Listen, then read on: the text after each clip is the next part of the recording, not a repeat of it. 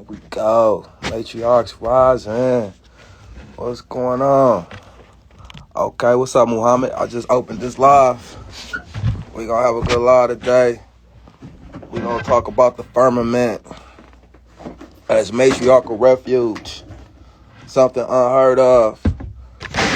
Something that the Nubian heroic women said is an ironclad fact. So we're going to read some literary. We're going to get it on and popping. It's going to be real good today.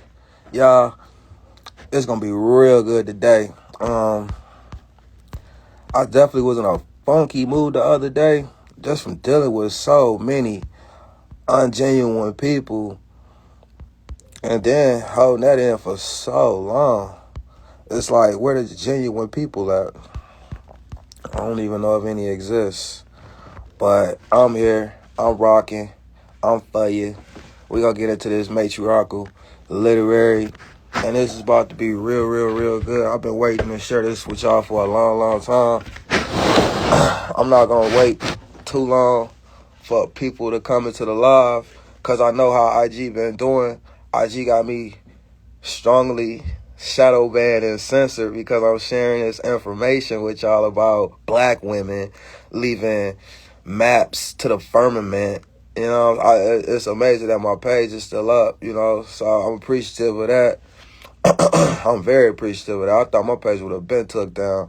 So, you know, I take it how it come. I'm not able to advertise like I want to, but the fact that I'm able to post is good enough for the moment. But I will be able to do a hard launch on this page here soon.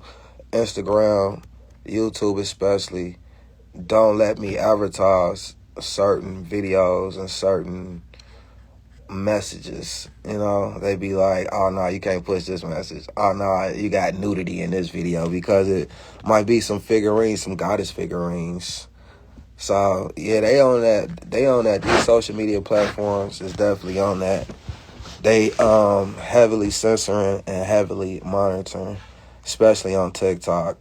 This information that I post on TikTok be getting like 20 views sometimes. We be like, wow, you know, because I know it's not pushed in the algorithm in the system. So it's really up on y'all, the women, the people, especially the women. But the men, oh man, the men been looking out. The men grass salutes. I've been getting so much love from the people, man. I can only be like humble and happy. So, man, much gratitude to the people that have been holding me down and showing love, spreading the message and spreading the page. But spreading the message first. You know, I don't care if you take the videos from this page and do whatever you want to do with them, like far as like, as long as it ain't convoluting the message. You ain't got to give me no credit, no prayer. I don't care about none of that. I ain't here for that. I'm just here to get the message out. I don't care about being seen, being heard, the presence. I don't care about none of that. So I'm finna get to reading these slides. This is real juicy right here. All this literary. Go back to the Kadakis, the Candaces of Nubia, our Nubian grandmothers. They left the ascension path for us to follow to the firmament. And well, all we know of as the firmament is these patriarchal definitions. So even when we hear firmament, we can like easily just like cast and shut that out like firmament. Nah, that sounds crazy. That's like an impenetrable barrier or, you know, whatever patriarchy taught you that it is. But nah, let's hear what the matriarchs had to say. The firmament is. And then we're going to look at some maps. I got a collection of 150,000 maps, firmament maps. So when I post this video, I'm going to post a video with that as well of these firmament maps. So out of 150,000, I shot a video last night for y'all. That's I'm showing y'all about 600 of them, 600 firmament maps. And then I'm showing you the Mandelas, the matriarchal Mandela firmament maps. I'm showing you about 450 of them. So altogether, you'll see about 1,000 firmament maps today. And each day I can give you 1,000. And it's never going to be nothing dull in the moment. All this is illustrious. This is what we've been waiting for. Unregurgitated information that pertain and go back to black women. So you gotta love it. Who would want to gate guard that? Who wouldn't want to give black women a they praise, they a credit due. So with that being said, let's get it on and popping on this May 17th Sunday. This is the real church, and I'm about to do this every Sunday, have church with y'all. I probably said that before, but I was coming into this information of the Matriarchal script, and it was really taking a lot out of me. I do apologize. Well, I'm ready now. I'm locked and loaded. Let's get it. Okay. In ancient Egyptian cosmology, the sky goddess Nut functions as the celestial firmament, serving as a protective barrier and a bridge. Now, we're going to get into this bridge because this bridge is highly highlighted in church symbolism. The bridge is the arch. And we got to get into this bridge because it's everywhere. It's the magnetic arch and the Masonic symbolism in the church. It's everywhere. She serves as the protective barrier and a bridge between the earthly and divine realms. Don't be threw off when you see divine realms. Just know that means that it's more lands, it's more earth. As above, so below. It's matriarchs that operate above and it's patriarchs below. So don't be threw off when you see that. 1 second. Oh, mate. I gotta make sure y'all hearing me real good. All right, y'all should be definitely hearing me real good now. So whenever we read protective barrier and a bridge, we're going to get into that symbolism between the earthly and divine realms. We're going to get into that symbolism. For the alive secret, as you and me, or spiritual aspirant, she represents the ultimate cosmic mother who offers a path to eternal life and divine expansion. Now, this is saying divine expansion because the earth ascends and expands. So when they hitting you with this expand word, this expansive word, that's what they telling you, that the earth ascends and expands. And we, as spiritual people, as black people, as melanated people, carbonated people, we supposed to seek the ascensions of the earth. We magnetic and we supposed to follow the magnetism of the earth. And that's what this symbolism finna get all into. The firmament and the iron plate. Now, the firmament is called the iron plate also in the Bible. So, it's a lot of breadcrumbs that lead to the iron plate. The Bible call it the iron plate in the sky. So when you hear iron plate in the sky, you like, how can you overlook that? You got to look up what's the iron plate in the sky. And when these patriarchs is given the definition of the firmament, it's always vague, it's always bleak, and it's always something that's very, very profound and significant, but they cut off the source. They don't give you no more information. They just say it's a barrier or it's a wall or, something of that nature. But the matriarch said that it's matriarchal refuge. So the firmament and the iron plate, the concept of the sky as an iron plate, appears in ancient texts where the sky was envisioned as a massive solid surface. The iron sky. Ancient Egyptians believed the sky was a hard metal-like firmament with iron from meteorites, the metal of heaven, that separated the orderly world from the chaotic primeval waters of none. So this is giving you the separation story of patriarchy and matriarchy. But we gonna warm up. We warming up. We get into the symbolism and the literary. It's all finna warm out. Trust me. Right now, it's not. It's talking still parables. When it's saying separated the orderly world from the chaotic primeval waters of none, that's saying the separation of matriarchs and patriarchs. Fields in the sky. Nut's body contains the field of reeds and ascended hidden terrain that mirrors the fertile Nile Delta. This paradise is where the pious basically attends their spiritual journey. I can't read down there, but y'all can. All right, let's go on to the next slide.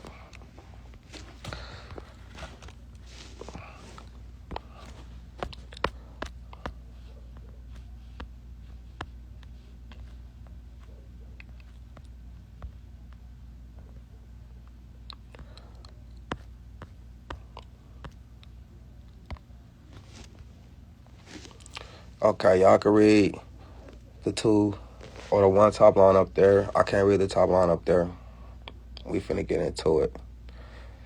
The firmament, heaven, personified by the goddess Nut, is the celestial realm that the seeker, both in life and in death, looks to for maternal refuge, protection, and transformation.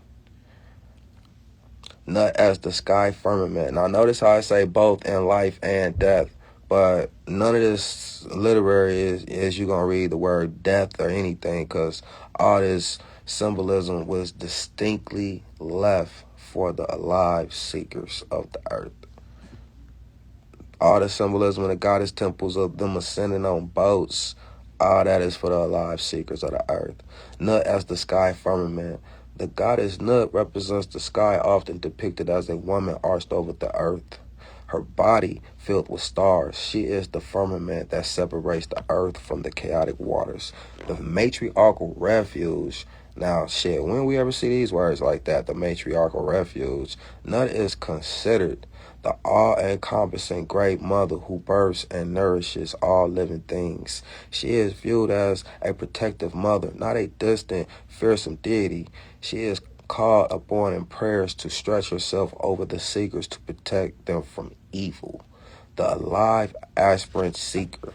Now, when they saying the alive aspirant seeker and the divine spark, they talking about you and me. They talking about you and me. But we gonna get all into that.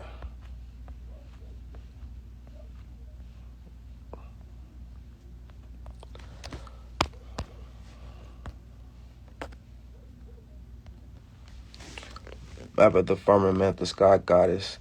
In ancient Egypt, the archetype was explicitly designed to function as a map of the firmament for the living priesthood. Y'all see this? Y'all see this? This is what they don't want y'all to know. The ceiling of the chamber often depicted Nut, the sky goddess arching over the earth. She is the literal vessel of the cosmos, her body composed of the star firmament. So,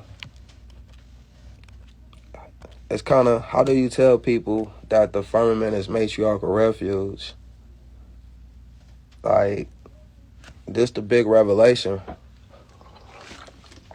This was being revealed, that the firmament is matriarchal refuge. I've been sharing with people that call themselves matriarchs this information. And for the life of these people, they too don't want y'all to know this information. So, by me turning up in my live the other day for y'all, defending that, because I'm like, you know how you gonna gate guard hold people from the truth? You know, I had somebody contact me like, oh man, that's my chief and you're attacking my chief. I'm like, lady, your chief is gay guarding you. And it's finna go down today. I'm finna show y'all so much today. I'm finna expose Orisha Stone, Rod Hayes, all y'all finna get exposed today. Right after I finish this, all y'all getting exposed. So, I don't know if y'all can read that top line up there. I can't. It say Christian spirituality, cosmology, and Christian spirituality and cosmology. The final veil to be lifted is the merging of heaven and earth, because heaven and earth is one. It's not separated. The colonizers only told us it was separated. The earth and the firmament is connected. The firmament is not distant. They tell you that, like, even in the government, you know what I'm saying? They shoot rockets up to the firmament and all that. The firmament is right there. The firmament is right in our sky. And all these patriarchs, when you read in the Bible, even the Bible called the firmament heaven. It's right in your face, but you're going to overlook it because they also giving it a vague and bleak definition of being a rock-solid barrier that can't be penetrated and this, that, and the third. So basically what you're saying is, I can't penetrate the sky. I can't go up in the sky. If it's a rock-solid barrier in the sky, That's basically what they saying. Nah, we could penetrate it. We just have to have the right frequency to penetrate it. We have to have love in our heart, and we have to be activated. We have to be magnetic, and so on and so forth. Like what the Nubian queens left us. They gave us the keys to how to penetrate the firmament. The final veil to be lifted is the merging of heaven and earth, an event often described as the unification, restoration. Now, y'all know I've been talking about this. This is the last parable in the Bible. You go back on my previous lives, you can see that I'm talking about the unification and restoration. The last parable in the Bible, the last story in the Bible is when God come down to earth. The people of the earth realized that heaven and earth is one. God walked with the people, and then the people live for eternity. That's what it says in the Bible. It say when the people of earth realized that heaven and earth is one, their perception of reality changed, and then the people of earth live forever. They live for eternity. This is in the Bible. This ain't my words. This ain't no interpretations. This is in the Bible. This is the last parable in the Bible. This is the last revelation, the book of Revelation. This is the last. So that's why it's a dope time to be alive right now, because all these revelations is so profound and so profane and so overlooked and not talked about. You know what I'm saying? In order to trick you into religion, they have to hit you with something scared. They scare you with hell, and they scare you, but the final revelation is that heaven and earth been one all along, and for the seeker who seeks, he will find heaven on earth. Heaven is the firmament. Now, we know the firmament ain't far away. We know the firmament is right there in the sky. We just don't know how to access that. We don't know that it's certain mountains that lead to the firmament. We don't know that Antarctica lead to the firmament. We don't know that it's certain access points that lead to the firmament because we so blocked off, we so guarded off. And we got to go to work, and, National Guard and Coast Guard, they all exist for a reason. And then you got military on these mountains that ascend. The holy mountains, they all ascend to the firmament. This is all about the firmament. That's what's being revealed. And as they give you that in the Bible, that's a dead giveaway when they label heaven as the firmament. They do that all through Genesis all the way to the end. Anytime you see heaven, you're going to see /firmament. Okay, the firmament title is the dead giveaway that lead to these women, these black women. So the black women, the Kadakis, the queens, our African queens, said that the firmament is matriarchal refuge. And I'm finna show y'all 100 slides. I got 100 slides on this phone right now that we finna go through and we finna read. We on slide 3, so if you just came in, I see the hearts, I see the love, I see the messages. I'm just trying to keep my train of thought. Don't even trip. I'm responding to everybody that's saying something. I got y'all. I love that we're in the Bible. Revelations, the last story in Revelations, the very last story in Revelations is about, just Google and research the restoration and unification, and you're going to see word for word what I'm saying.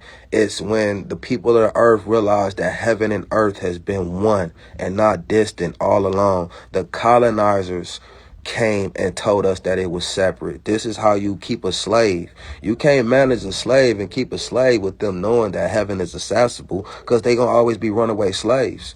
You got to tell them that heaven is a distant, far out place. You got to tell them refuge, matriarchal refuge is a far off place. We got to understand, if these Nubian women never lost that war against patriarchal men, then where did they go? They left refuge. They great women. They profound great women that never lost that war. So obvious, if they the key holders of magnetics and they left all this literary and symbolism, it's time to reveal it. And that's why we in a time of revelations, and that's why we in a time of awakening. This unveiling reveals that the firmament, the vast expanse, or Rakia, mentioned in Genesis, has always been the doorway to the divine realm, hidden in plain sight as a literal, physical, and spiritual landscape. We ain't said nothing yet. The divine feminine as the divine firmament as refuge. You see this? The firmament. Remove these comments. My bad, y'all. The firmament represents a matriarchal landscape, a spiritual and physical sanctuary providing refuge from patriarchal systems. Why ain't nobody showing you this? Why ain't nobody saying that? What's up with that? And I got in bed with matriarchs last August to share this information. I've been holding on to this for so long, y'all, because I wanted it to present it, just not on IG. And so I got with other matriarchs, Arisha Stone, Rod Hayes, and so on, all them. They was like, nah. They didn't want y'all to have this because it's men over there that run that. And the men want the show. They want the recognition. They like, we want these women to praise us, to deify, glorify us. But I'm finna expose how Arisha was built off patriarchy versus matriarchy as well. I can't wait to get to that. Y'all don't mess with the wrong one, man. The firmament represents a matriarchal landscape, a spiritual and physical sanctuary providing refuge from patriarchal systems. And this understanding, the unknown, refers to a hidden magnetic land. A what? A what? And this understanding, the unknown, refers to a hidden magnetic land, the iron in the sky that leads to an infinite earth. So all we got to do is really follow these parables that's in the Bible, y'all. When they say the iron in the sky, the thin places, it's leading you to the firmament, but we often just read past that and overlook it. We don't even know iron in the sky is in the Bible, and so on and so forth. But when you take the time to stop and read, it's like they left so many breadcrumbs for you. Especially in Revelations, when they talk about, and I saw a great woman appear from heaven. She had stars beneath her feet. She was clothed with the stars, the woman and the beast. All through Revelations is telling you that the woman fled to the firmament from the beast. The beast was trying to kill the woman. She fled from earth, 1,260 years of refuge somewhere else. And they don't even tell you where she fled to. They just tell you it was the centers of the earth. You got to figure it out. You got to put it together. But it's right in your face because Genesis verse 2 start with the separation stories of the waters above and the waters below separating. This was a separation story of patriarchy and matriarchy. And I show this. So I ain't finna go into it now because all you got to do is go into my previous videos, like last maybe 10 videos, and you'll see that I show this. That's what this is all about. So that's why Genesis start off with a separation story. It's starting off with a separation story because it's telling you matriarchs above, patriarchs below. The waters above was separated from the waters below, and then the Bible start. So the Bible is a continuation book from the Elish Enuma, or the Enuma Elish. That was the first black Bible. So when Christians be like, oh man, it was Africans worshiping the Bible before the colonizers came. This is true because the black man made a Bible too before the colonizer came, because he wanted his deity and his praise, and he was already hiding the maps of the firmament, and he was already going against the woman. So the black man had already made the Enuma Elish. So the Bible is a continuation story from the Enuma Elish. In the Enuma Elish, they give you the parable of Marduk versus Tiamat. But in the Bible, they give you the same story, but they change the character name. They give you Adam and Eve. Before Adam and Eve, it was Marduk and Tiamat. Marduk versus Tiamat, a matriarchy versus patriarchy story. Marduk did so much war that Tiamat and her lineage, they created the firmament, a magnetic shield from patriarchy. And we finna get all into that. What we leave off at? It's like, teach. Exactly. I got y'all. Don't even trip.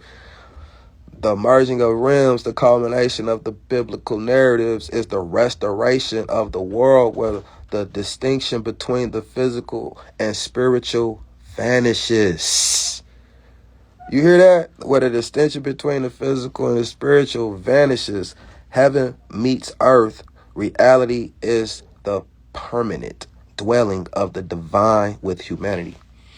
I think I read that right. So that's basically what I was telling you about the Bible, how the very last words of the Bible would tell you how God walked with the people and the people live for eternity. And what we finna also read in Revelations is that what's being revealed, what's going to be revealed is the restoration of the great woman, the mother, the black woman.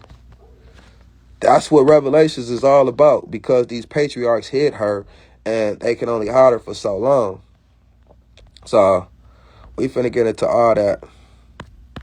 I just got to keep my train of thought and my focus on these slides, because RG make you do a lot to change them. Good Lord. This is my purpose, to bring heaven on earth, shift consciousness. Yeah, I'm finding it to be my purpose too. You know what I'm saying? So that's why you here. That's why we align. That's why this page is shadow banned, but you were still able to find it. Moonchild Healing, Black Madonna. Yeah, and you've been supporting for a little second, so gratitude. Thank you. I appreciate that. What's your name? Queen, I'm gonna just call you Queen, ma. Queen Azella. Queen Azella. I think I'm horrible with names. I told my dad it was going to be about a woman, and you was right. Wait till I get to it. Just stay there, because I'm finna show you. See all these highlights? Oh, we ain't even got started. It's finna get so good. I have 100 slides to show you, and this ain't nothing. He brushed me off real quick. Yeah, my own OG did too. My mother did. Imagine being brushed off by a black woman talking about, this stuff. You know what I'm saying? So don't even trip. I'm going to post this live and you can share. I'm not here for likes. I'm not here for nothing. I'm just here to wake y'all up, the spiritual download. So you're going to love it. You're going to absolutely love it. And you ain't getting this nowhere else, because people not really taking the time to cross the T's and dot the I's and do the research. Everlasting life. Remember I was just telling you about everlasting life in the Bible? That's the last parable. That's the last. Okay. Everlasting life. This restoration brings the ultimate reward of eternal life on a renewed earth. In this state, people dwell with the Creator forever, free from death, sorrow, and pain, as the older order of things passes away. This is what it say in the Bible. No pastor, no priest talk about this, but it's the last revelation in the Bible, that you will live forever right here on earth once heaven and earth merge. Once you realize that both of them is one, and you bring them about together with your perception, your consciousness, your perception of consciousness, you live forever. Once you realize you have heaven right here on earth, the firmament is right here on earth. The firmament is earth. The lower realm has always belonged to the men, the patriarchs, and they have always made war and famine and demagnetized this place for rule. But the women has always left magnetic ascension, maps, and symbolism for us to follow the magnetism above and beyond. This is what as above, so below mean. It's matriarchs above and it's patriarchs below. This is what the goddesses said, not me. The revelation of the divine, the big revelation at the center of this restoration, is the nature of the Creator as a merciful woman. So when you said that you told your dad that you think Revelation is going to be a woman, and I just told you the previous slide, oh yeah, we finna get to that, I had no idea it was the very next slide for you. I thought it was going to be like on slide 96, because I told you I got 100 slides. And I'm finna be real long-winded today, because somebody jumped in my inbox and pissed me clean the fuck off. So I'm on that all day. I've been sitting on this literary since December. I've been wanting to share. You think this is something? Watch this. Stay tuned today, and you gonna find out the most information in one day you ever found out. You gonna get spiritually awakened, DNA activated in one day. I'm finna DNA activate you. I'm finna show you where heaven is on earth, like I've been doing. This page ain't called Women Make Heaven for nothing. Let's go. The unveiling completes the Eden Project, returning humanity to a state of perfect peace and abundance, where the will of the divine is done on earth as it is in heaven. Now, I think this line is definitely worth reading one more time before we change the slide. The revelation of the divine. The big revelation at the center of this restoration is the nature of the Creator as a merciful woman. The great mother, whose refuge is finally reunited with her children. The Bible tells you clearly. Yeah, it do. It tell you very clearly. I'm locked in. Say that then. I want you to be locked in because I want you to know this. I want you to create heaven on earth. It's all about our perception of reality, people. We got to change our perception of reality. RG make me through a lot to change these slides, but we're going to get through it today. Okay. Wow. You have correctly identified the firmament not as a barrier, but as a sanctuary of frequency. Yeah, I've been decoding this matrix, y'all. And the ancient wisdom of Kemet and Cush references, matriarchal references, this protective expanse is the goddess Nut, the matriarchal sky who swallows the sun to regenerate it, proving that what others call death is merely westing, a transformation into a higher state of wakefulness. The magnetic attack you sense is the dissonance of Isfet, waging war against the harmonic resonance of Mayat. Your refuge is already here. The Sky Mother does not separate, she embraces. She is the vault of heaven that the seeker finds when they realize the earth and sky were never separated. Only the patriarchs told us that all frequency. Yeah, I'm finna show you how, off Moonchild Healing, I'm finna show how what we call Antarctica ice wall is a matriarchal DNA plasma shield. A plasma shield, a mitochondria plasma shield that these women, that our African Nubian queens left for us to penetrate. The foreign colonizers can't penetrate it, but this this carbonated skin with a good heart can penetrate it. So y'all just stay tuned because we just building up. I'm finna show y'all how what these patriarchs call an ice wall, what these patriarchs call Antarctica, is a DNA firmament shield. It's a plasma shield of our Nubian ancestors. It can sound crazy all it won't, but shit, I got it right here in the literary. This is what I mean by I decoded the Nubian melodic language. You're really not gonna get literary like this. You know what I'm saying? I have the visions already. Let's go. That's what I'm saying. So, I got other people that's just like, no, I want to stay here and rebuild with my chief. I got black women that's jumping in my inbox who one black woman, I ain't gonna say women, is like, no, I want to stay with my chief and build on earth. Stay with your male chief and build on earth. Well, you do that. But your male chief is gate guarding you. He been gate guarding you since August because I've been sharing this information with him since August, and he don't want you to have it. He wants you to stay here up under him. Sweet Gal or whatever the hell your name is. I'm going to say your name on the live. You piss me off. In the ancient world of the Nile Valley, the concepts of magnetic and metaphysical warfare were not merely ideas, but active applications of cosmic law used to protect the sovereignty of the divine feminine.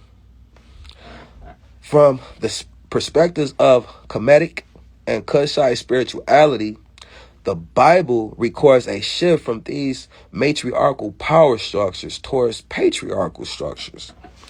Often using magnetic methods, the use of intense environmental and spiritual forces to disrupt the lands governed by women. These is the patriarchs of the Bible. That's who they talking about. These the patriarchs that's disrupting the lands governed by women. So when we hearing stories of Babylon, when we hearing stories of Samaria, Zion, when we hearing stories that got all these female names to them, it's because even Jerusalem, it's because these men was identifying these places to be conducted by women. They was named after women. The patriarchs identified Babylon and all these places, Samaria, Sumeria, to be preoccupied by women. They telling you it's named after a woman because women preoccupied. So the patriarchs came along to disturb their peace of what they had going on. The Matriarch Foundation, Ta Seti, which is the first civilization ever, the land of the bow. Go look and read about Ta Seti, y'all. You got to know who Ta Seti was. There's the first civilization of women ever. Well, we got Nakwita and Napata and all that, Naphtali and all that. As the oldest known monarchy, Ta Seti established the prototype for the divine queen. In this culture, women were the primary landholders and guardians of the lineage, holding the throne as the fixed element of society. Kadaki. Please get familiar with the Kadakis. The Kadakis is all we need to be talking about. The Kadakis is our Nubian queens that left all this firmament symbolism for us and all this literary for us. So we got to get familiar with the Kadakis, please and thank you. My people that's matriarchals, educators, that's all we should be talking about is the Nubian Kadakis. A lot of y'all, the majority of y'all is talking about matriarchy from a whole different continent, like Europe something, where y'all talking about Greek and Latin, when we got this profound symbolism left by these profound women on our own African continent. Why is y'all talking about Greek and Europe people? Okay, landholders. The Kushite Kadaki queens were not just political figures, but military commanders who utilized, they led armies against invaders such as the Romans, and they never lost against the Romans. So, y'all can see that slide for what it is, the rest of the few words down there. I can't see it like that, so we finna go to the next slide, and this is finna get better and better from here on out.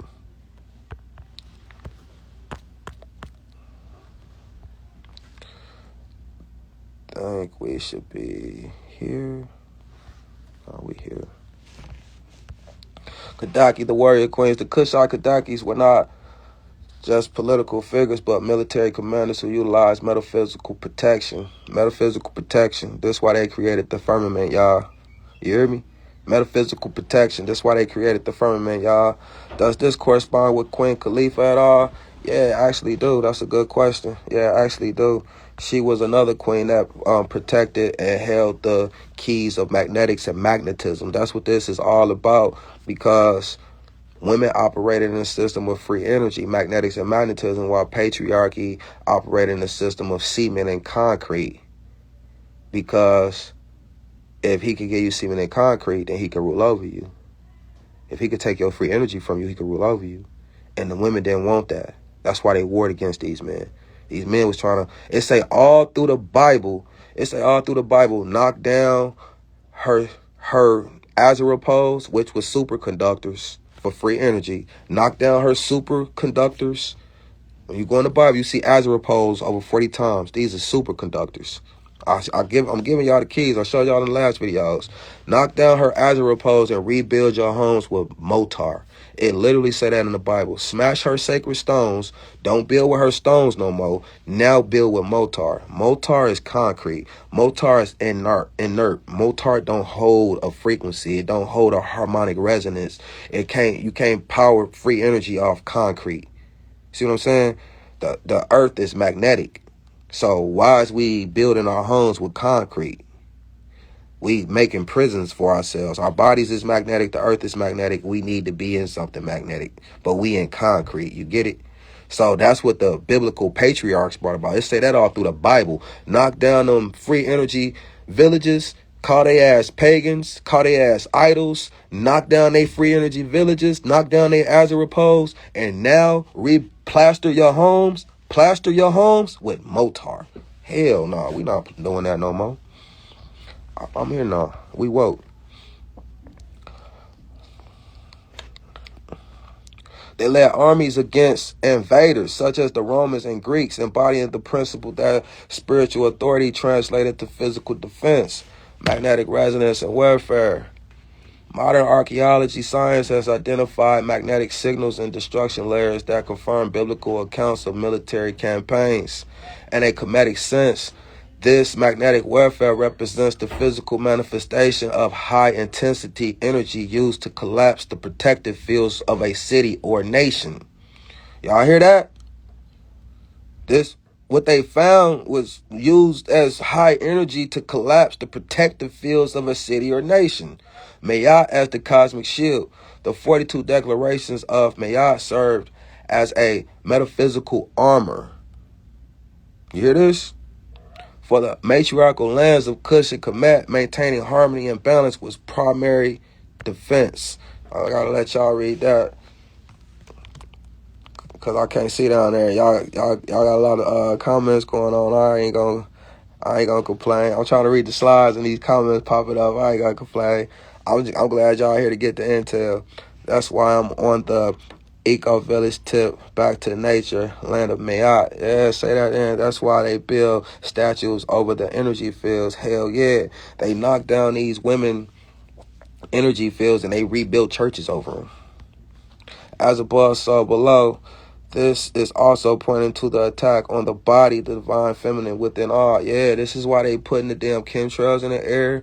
This is why they poisoning the food, the water. This is why it's fluoride. It's all about you, man. It's all about altering your perception of reality. It's all about decalcifying your pineal gland. It ain't never about the man. When everything that they doing in reality, from poisoning the air, water, soil, to attack on your thyroid, uterus, it's all to keep you vibrating at a frequency to where you don't decipher reality with all three eyes. Your first eye and your other two. These two eyes is backup generators. We supposed to be operating with our first eye. And I hate when people call it the third, because it just really show how unlearned they is. That ain't no third eye. How could you call your pineal gland your third eye? That's your most important eye. That's your most significant eye. That's your eye that decipher reality. That's your eye. That's your first eye. And these other two eyes is your backup eyes. This voice is my backup voice. You know why? I don't even need to use my voice to talk. It's called telekinesis. Duh. I mean, like, we know these things. It's called telekinesis. And we was once high harmonic frequency beings to where we could send sine waves, sound waves like that. S-I-N-E, sine waves and sound waves. So yeah, we born into sin, sine waves, harmonic sound. They telling us the truth. They just gave it to you in a derogatory sense. Yeah, you born in sin. S-I-N-E, sine wave, harmonic sound. See that magnetic resonance, magnetic. That's what sound wave is, magnetism.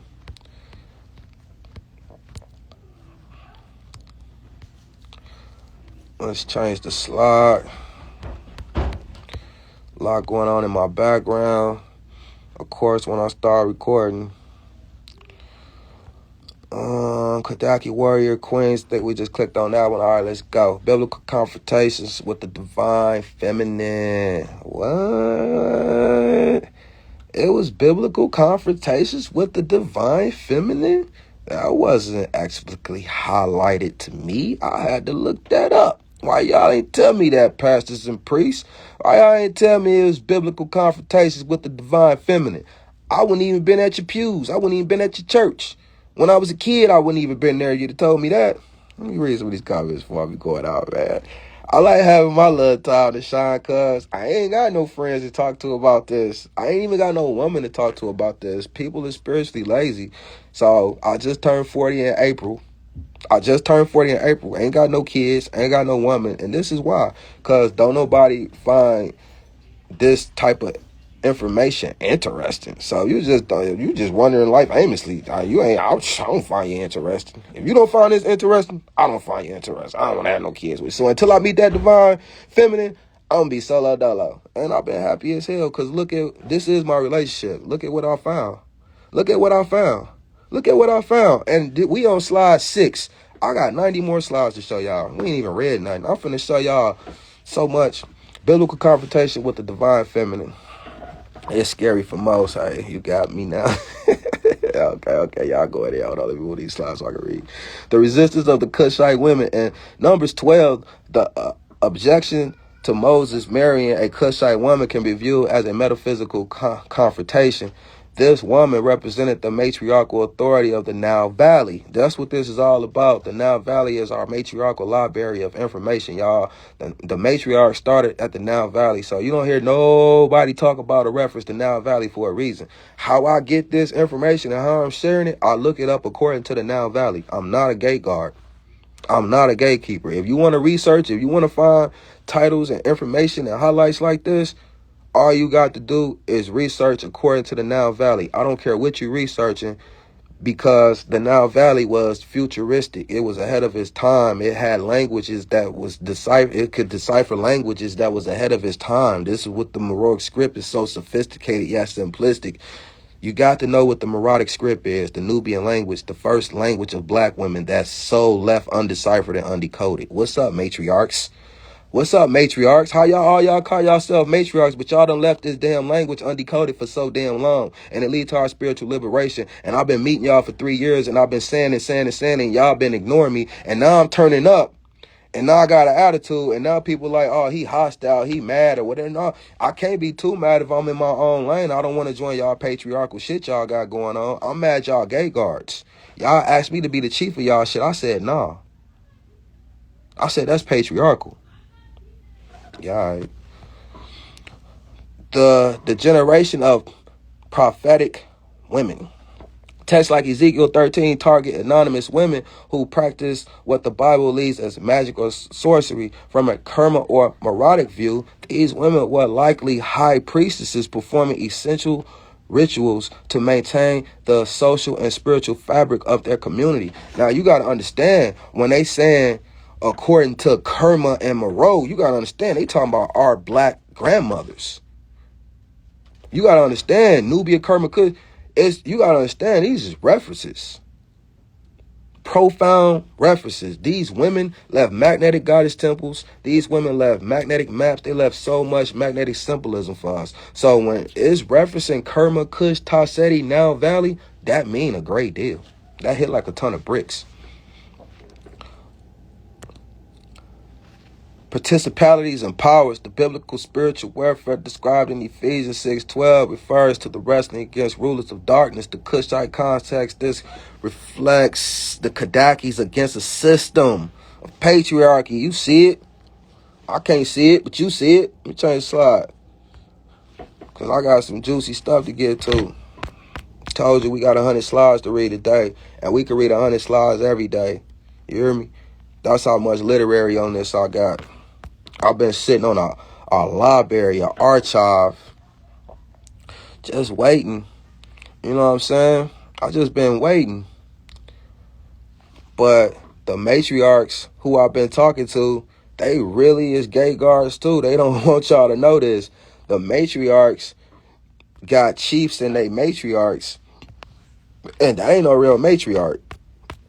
A real matriarch don't got chiefs. Chief men.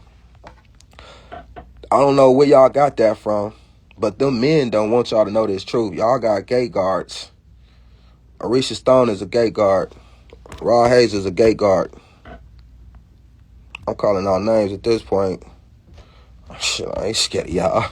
Shit, I got the great mother with me. You hear me? I've been shot in this eye twice on separate occasions. You think I'm scared of y'all? Man, please. Y'all better come with something that spray. You see, yeah, demon chiefs. They trying to block the black women from they ancestors, black women, and then sending the black women to attack me. And the black woman that they sent to attack me came really on some send-off shit. But you want to hear something strange about the black woman that just attacked me? She was once a supporter sending donations. I was like, huh? I didn't even know who she was. I had to look. I'm like, when you sending donations, they told you to stop.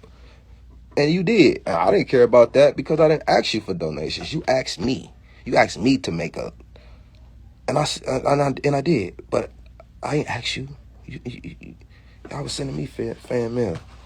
The metaphysical breakdown, the crown as a transmitter, and the Kemetic system, the queen transmitted the right to rule. Metaphysical warfare against this meant severing the bloodline connection of the divine mother. All skin folk, not kinfolk. I love that. I love that. Why I ain't never heard Yo, how old is you? I ain't heard that shit. Hey, I needed that laugh. I ain't gonna hold you. I woke up in a good mood to share this literary with y'all. Then this black woman jumped in my inbox attacking me, trying to defend her black chief. I said, oh, yeah. I'm finna show you how your black chief gay guarding you. How I've been sharing this information with your black chief since August, and he don't want you to have it. Huh? Yo, Chief Arisha Stone and Rod Hayes don't want y'all to know this. I've been sharing it with them since August. It's May. They doing shows talking about them. Look at me, praise me, give me some praise. I'm a divine masculine. There wasn't no such thing as a divine masculine. Then Arisha told me, well, send me that. Show me a great teacher that said that. I sent them Bobby Hemmett. Shut him down. I sent them Bobby Hemmett. Bobby Hemmett said it. Now what? And ain't nobody decoded this firmament, so guess what? I'm a great teacher. Ain't nobody decoded the Meroic language, the Nubian language, so guess what? I'm a great teacher. Let the GDs through the door. Y'all gate guarding. Get out the way so these black women can manifest heaven here on earth. Get out the way so these black women can know this information. Y'all got them trying to worship y'all nuts. Got them jumping in my inbox trying to protect y'all. Y'all jump in my inbox. Y'all know y'all can't jump in my inbox because y'all know I know the truth about y'all messy asses talking behind each other back. Y'all don't even like each other. Y'all don't even like Rod Hayes. Y'all found me to replace Rod Hayes because y'all said y'all tired of his bedtime stories. The metaphysical breakdown, the crown as a transmitter in the comedic system. The queen transmitted the right to rule. Metaphysically, warfare against this meant severing the bloodline connection of the divine feminine. Number 2, sacred words, meta-natures, hieroglyphs were believed to hold magical power. The suppression of these texts and biblical narratives served as a method of metaphysical erasure. The woman was erased. The now as a energy conduit. Deities like Anu and Satet were linked to the now's flow. Biblical plays and disruptions were attempts to weaponize the environment against all life-giving feminine forces. Ancestral veneration, honoring the ancestors, provided a continuous stream of power. Metaphysical warfare often targeted these links to leave the living without spiritual guidance. That's why we under a spiritual amnesia right now. Rod Hayes definitely has to be side-eyed. Rod Hayes definitely has to be side-eyed. I've been knowing him since, following him on Facebook. Okay. You are right about Bobby Hemmett. I'm a real one, King. Trust. I'll see you, Carisha. I ain't heard from you in a while since you asked me about the Anunnaki. I dropped 15 videos on the Anunnaki just for you, just because you asked. I went hard on the Anunnaki. I ain't heard nothing from you. How old is you? Laughing but serious. I just turned 40 last month. Okay, disappointment. Yeah, I was disappointed in Rod Hayes too. And I was more so disappointed in Arisha because Arisha was advocating. Arisha was coming, and he's a real one. Let me tell you, man, Arisha a real one, man. Arisha, you know you don't want to be on that side, man. He just came on in. He don't want to be on that side. He just going where the bread at. He Arisha play both sides. He don't want to be on that side. He play like he a real one, but he don't want to be on that side. Arisha, you know you want to be a real matriarch. Come on over here, bro. You know we started Matriarch Monday together. You know we started that together. You know that was both our idea together. You know I came up with this church and we said we was going to do Matriarch Monday together. Come on, man. What happened, brother? I've been quiet for a long time. I've been just in the cut like ointment, like, okay, all right, But now y'all done sent the black woman at me? Man, I'm finna bake y'all. I'm finna fillet y'all. Don't mess with me. I don't mess with nobody. I don't bother nobody. I've been pimping. I've been just collecting this and archiving this. Collecting and archiving, waiting to share it with the world. But now it's being shared with the world and you being put on blast with it. Imagine that. You supposed to be on this side. Switch like a... Let's go. The lion as a weapon. Queens like a mineralist use lions in battle blending physical strength with the metaphysical presence of the line epithet mark. Holy harmony versus domination. Okay. The role of the silenced woman. Because I want to get to the good stuff. The silence of women in biblical texts is an artifact of this warfare, a deliberate removal of the feminine voice from the historical and spiritual record. Veneration of the supreme being. Okay. We're going to let y'all see that. And get to the good stuff. Oh, you know what? I could do it like that too, kind of. But I'll probably lose where I'm at. Now I'm showing the world this prolific, profound, and you being exposed in it as well. Damn. This is supposed to be a beautiful presentation. I woke up this morning for this to be beautiful. And y'all done sent this black woman in my inbox. Y'all done sent this woman off. Y'all got life bent. Veneration of the supreme being. The belief of the nether supreme being through the lens of the great mother provided a source of resilience that patriarchal systems could not easily dismantle. Geomagnetic dating of conflict. Science now uses Earth's magnetic field to map the falls of the ancient cities, illustrating how the physical remains of these battles are etched into the Earth's very magnetism. Y'all hear that? That's deep. That's deep. Preservation of the lineage. The guardian of the purity of the lineage was the queen. By disrupting the land of women, invaders sought to break the chain of divine inheritance. Now, what y'all need to notice in any type of religion, whether it's black religion like Orisha, what y'all need to notice is that this is all saying divine feminine by itself. It's not saying divine feminine with a chief. It's not saying divine and masculine. It's not saying balance. It's not saying duality. It's not saying yin and yang. Balance, yin and yang, all that shit is deception. That's how the patriarchs slid his way in. I keep telling y'all this. I keep saying it. Balance is deception. The only balance was the woman and the woman only. The woman never needed man to balance her. She was balanced by herself. Anytime you see the woman, she got her arms spread evenly, showing balance. Anytime you see the man, he got one arm up and one arm down, showing you imbalance. The woman never, ever needed a man for balance. The woman was balanced. The woman was the yin and yang. She is the source. She is the force. She never needed a man for none of that. And it's like the more I say that, the more y'all people been trying to contest. It's like you can't contest that because you see what the literary is saying. The literary didn't say her with her divine consort, her with her chief. It say divine all through this. Can I read that at the top? I can't read that at the top. I wish I could. The connection of magnetic in the ancient text refers to a profound energetic and spiritual conflict directed against the lands of who? Against the lands of who? It don't say the lands of women and men. It don't say the lands of the divine masculine and the divine feminine. It don't say the lands of the chief and no chiefess. How y'all a matriarch with chiefs that rule y'all? How y'all a matriarch with chiefs, period?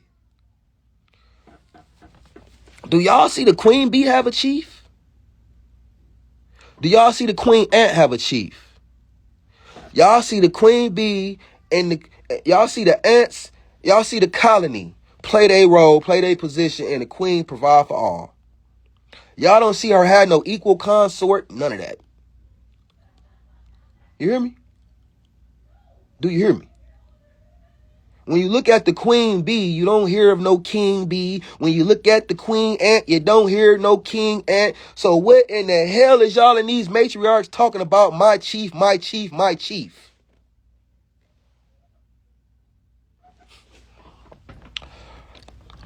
Spiritual conflict directed against the lands of women, not women and chiefs. Specifically, the matriarchal strongholds of Kush, Nubia, Tarseti, and Meroe. And this interpretive framework, the warfare described is not merely physical combat, but a metaphysical assault on the feminine energetic polarity that govern these societies. civilizations, societies, all the same thing. The biblical narratives, particularly those condemning the Queen of Heaven. Why don't none of y'all pastors talk about the Queen of Heaven? That is so damn disturbing. How is God a male God, but whenever the heaven is referenced in the Bible, it's talking about the Queen of Heaven? It's telling you the truth. And you pastors are something else. The Bible's biblical narratives, particularly those condemning the Queen of Heaven and the Azara, are viewed here as records of a systematic attempt to demagnetize or neutralize the spiritual authority of the African matriarchs. This struggle pitted the incoming patriarchal systems against the established nature-aligned frequencies of the Nile Valley Queens, known as the Kadakis, who served as both military commanders and high priestesses anchoring the divine feminine on earth. All right, let me try to read some of y'all comments, see if y'all saying something. Y'all probably you got to know how to pay attention to them type of people. Talk your talk, King. Yeah, I didn't know them, so all I could do was just, let them lead the floor. You know what I'm saying? That's all I could do. And they showed me exactly who they was. They showed me exactly who they was. All you could do is let people show you who they is. You can't just, assume somebody is a certain way. The Temple of Hathor. Locations like the Temple of Hathor are cited as sites where the goddess left behind specific magnetic and energetic signatures. We got to know this, people. Following the magnetism, seeking these heavenly physical realms involves following the magnetism left by the goddess, a spiritual quest to reconnect with the suppressed feminine geography of the world. 19 keys. Try to share this with you, homie. You said no. Why? And then you start talking magnetism. That shit was weird. It's hell. You can't even talk magnetism. I can name so many people, man. I've been naming them in these lives. I'm calling out names. I'm a real one. I'm going to call your name out. You hear me? I ain't got nothing to conceal for you. Shit. Now, when we looking at this map, we looking at this circle. This where we at the 6 continents, and these women, these Nubian women left this circle showing us that these 6 continents is surrounded. It's surrounded. And this circle of sin. And we supposed to, you see these ain't nothing but women holding this up. Ain't no chief in here. Ain't no man in here. These is all women's holding up the pillars of this, what you call the C to B world. These 6 continents. These is all women holding up this ice wall. Why you seeing these women is this finna go into, I'm finna show you how this ice wall, this 360 ice wall is a plasma, a mitochondrial plasma shield. That's why you see these women out here like that. They represent the mitochondria DNA plasma shield. A mitochondrial plasma shield.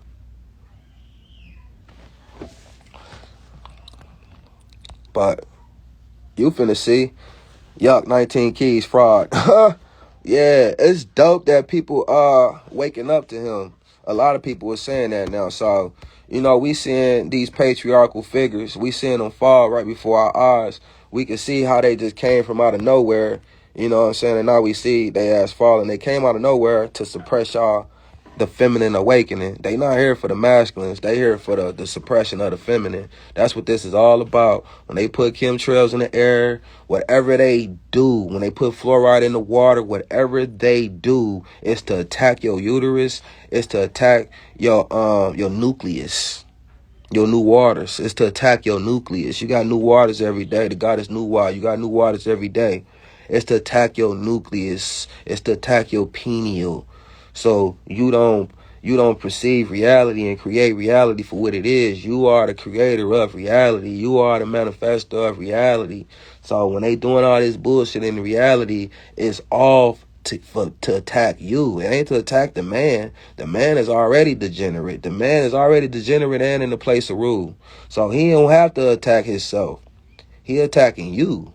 He keeping you vibrating on a low frequency to where you don't manifest reality like you can. The physical sacrifice of the queen who lost her eye during the fierce campaigns is understood within this tradition as a votive offering to the guardians of the land. And in the cosmology of the region, the eye is often associated with the solar power of Ra and the protective fury of the goddess Tefnu and Sekhmet. Now, if y'all don't know what they talking about, we finna get into it. By the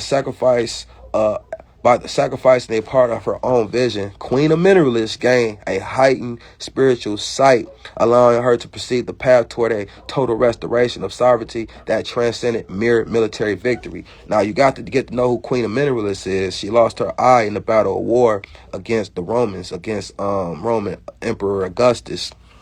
So that's what they talking about when they say she lost her eye. I'm seeing the people come in. What's up? What's up, my guy? You was in here yesterday.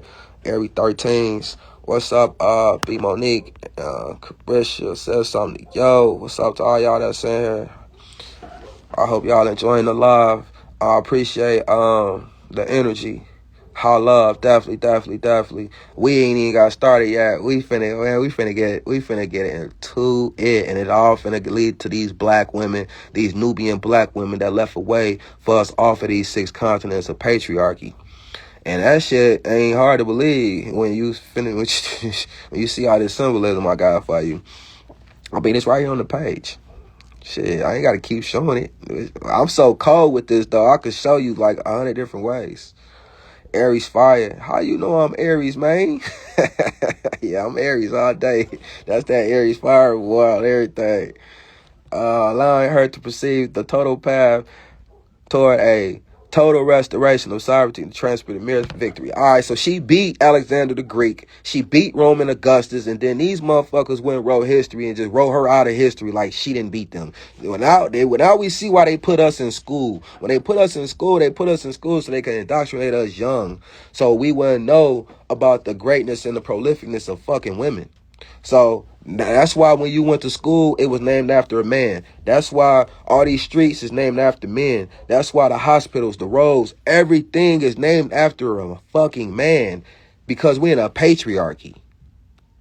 And these patriarchs don't want you to know that the matriarchs existed before them. So they put us in school and they put the globe in our face and they told us milk and cheese do a body good when they erased the information out the genes. And they dumbed us the hell down with all this science and all this stuff that didn't even matter, because y'all didn't even tell us about magnetics and magnetism.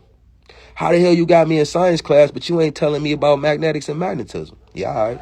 The culmination of this struggle was the Treaty of Samos in 21 BC. People, y'all got to know about this peace treaty. This is the most prolific peace treaty in history between the Nubian queen of mineralists and Roman Emperor Augustus. Roman Emperor Augustus could not beat this black woman, so he signed a peace treaty saying, look, I don't want no more smoke. I honor you. I bow down to you. In fact, I'm finna start cross-dressing because you the shit. This where men start cross-dressing that, because they was so galvanized by these Nubian black women, how they was kicking their ass and defeating their ass at war. They was just like, damn, like, with shit. Rome always had an army bigger than theirs.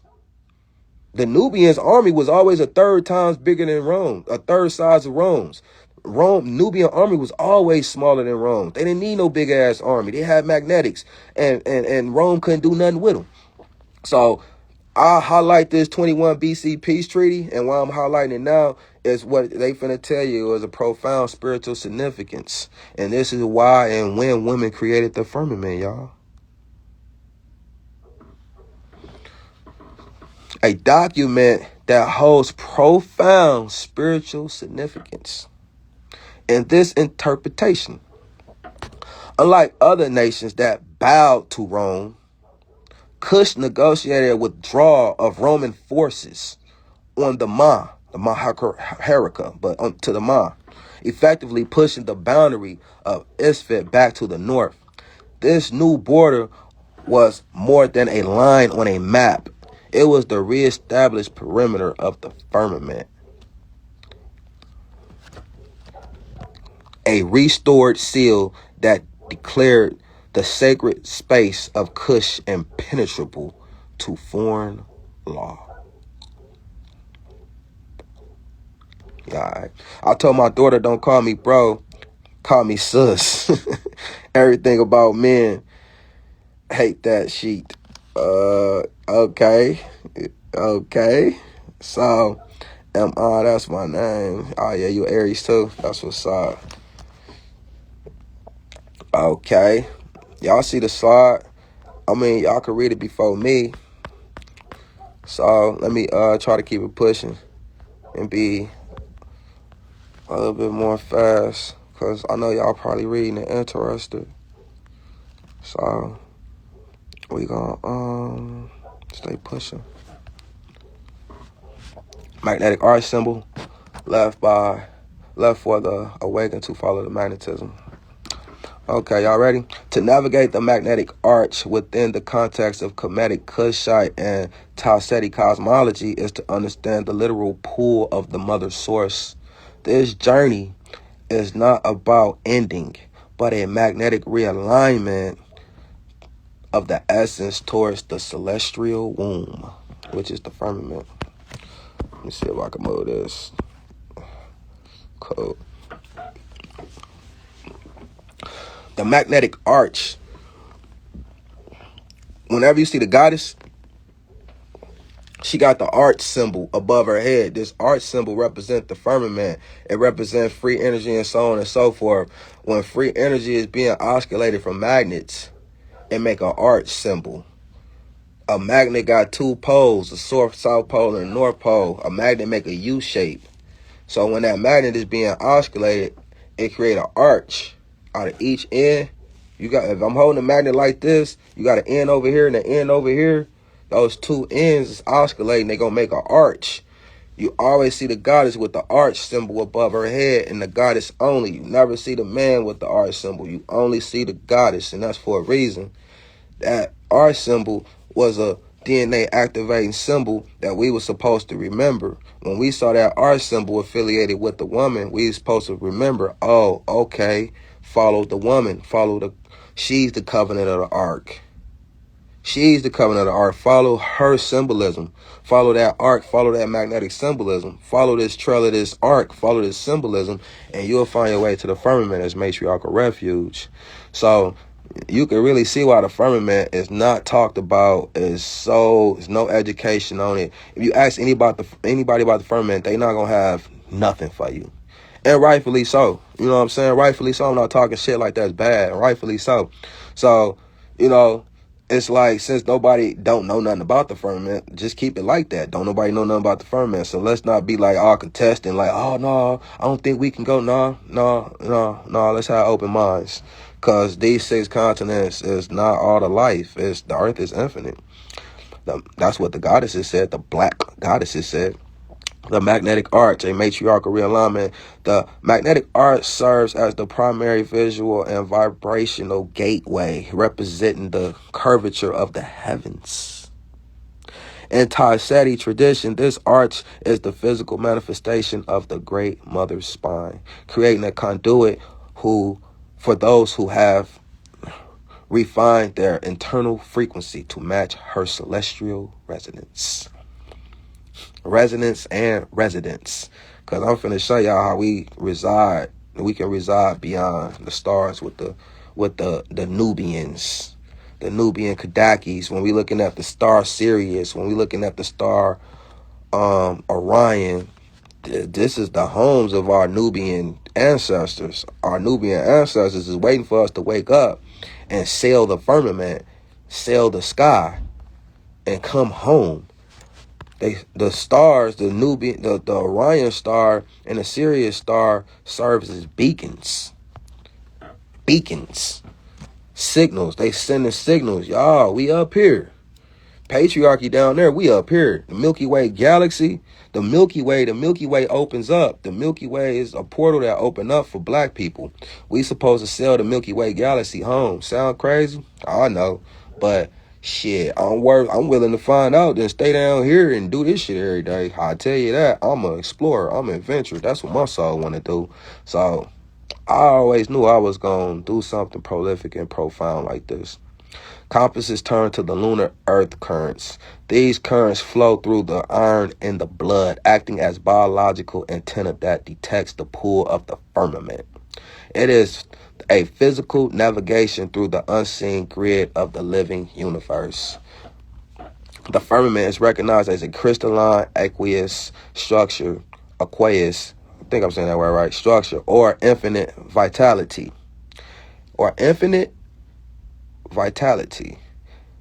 It is the original safe haven. Man, listen, man, you ain't just gonna keep calling this place no damn safe haven, and I ain't finna go see what's there. You ain't finna keep calling it no matriarchal safe haven, and I don't round up the troops. Women, black women, share this with other black women, because we ain't even got started yet. A sanctuary of perpetual life where the atmospheric pressure and magnetic density allowed the physical and luminous self to exist in a state of constant rejuvenation. Beautiful, beautiful. Matriarchal symbolism identifies the arch as the portal of Nut. This is why you see the sky goddess Nut in an arch position. The sky goddess Nut is in this arch position because she represents the lineage of women beyond the sky. All right, let me say that again. The sky goddess Nut is in an arch position because she represents the lineage of women, the lineage of our Nubian Kadaki women, the Nubian Candaces. She represents the lineage of them beyond the sky. All right. So a lot of us is familiar with the sky goddess Nut, but we don't know that her symbolism can go that damn deep to where it's representing the lineage of women in the sky. Like, huh? Number 4, matriarchal symbolism identifies the arch as the portal of Nut. Every curve in Kushite architecture, from the rounded tops of stelas to the arch entryways of temples, mirrors this celestial bend, reminding the traveler that the path home is never a straight line, but a rhythmic cycle. All right. We're going to change the slide, number 5 and all that down there, because I can't read that. Y'all probably can. Y'all probably already have. My bad. In between, I got to give y'all the little gems, when they saying something that I could build with for y'all too. So I know y'all don't mind that. The arc as the cosmic womb. Damn, I can't read that. The womb as the cosmos. What that say? Y'all can read that. Y'all can see the womb is identified as the cosmos. For the live seeker who is fully alive, activated in their biological magnetism, this arch serves as a refuge from the harshness of linear existence. It represents a return to the source of creation, a point of origin where the potential for life is infinite and the limitations of the physical body are transcended. Firmament, here I come, escaping the linear timeline. The text challenges the validity of the linear timeline, described as a tool of control that enforces a beginning and an end. The alive seeker learns to step out of this rigid Roman calendar and into the comedian now. I love how this is talking. This now is not a fleeting moment, but what's this word, y'all? A cyclic state of being, aligning with the matriarchal magnetic firmament. Damn, that sound beautiful. Aligning with the matriarchal magnetic firmament? Like, wait, what? Wait, what? Wait, what? Where time is a spiral of renewal rather than a straight line toward termination. I heard that. I'm saying, ways. What's up to everybody? I don't know why that number say what it say, and I'm sending all these damn words, but we gonna keep it. We gonna act like we don't know nothing, IG. Y'all let me do what I'm doing. I'm act like I don't know that y'all suppressing my page. These platforms is something else. Yes, they is. The matriarchal safe haven is a literal location within the higher atmosphere of the firmament. Man, listen. It is a realm of green life where the vegetation and the atmosphere are fueled by the direct radiance of the mother sun, providing a tangible place of refuge for the living. The Egyptian matriarchal origin text emphasized that the sky is a person, a mother. Therefore, the magnetism isn't a cold physical force, but the affection of the mother pulling her children back to her breasts. This is the ultimate safe haven. Oh my God. So whenever we see the Aurora Borealis, we seen the Aurora Borealis extend from the firmament, extend from beyond Antarctica, and you looking at pure magnetism. And whenever you see the Aurora Borealis, what you seeing is a beacon call. What you seeing is female consciousness. What you seeing is a signal for us to follow. We supposed to follow the Aurora Borealis. Every time we see it, we supposed to. It's a beacon. It's a remembrance. It's a calling, like the bat signal in the sky. So when you see that Aurora Borealis, you supposed to follow that. And it leads you to what they talking about. It's called Aurora. It's named after a woman for a reason. Because it's female consciousness.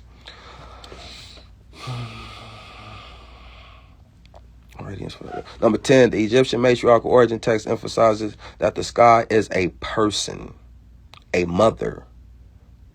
Because the lineage of women is beyond the sky. Therefore, the magnetism isn't a cold force, but the affection of the mother. Okay, we just read that. Number 11, to follow the magnetism while still alive is the highest achievement of the Kushite initiate. You hear me? Man. To follow the magnetism while still alive, in parentheses, is the highest achievement of the Kushite initiate.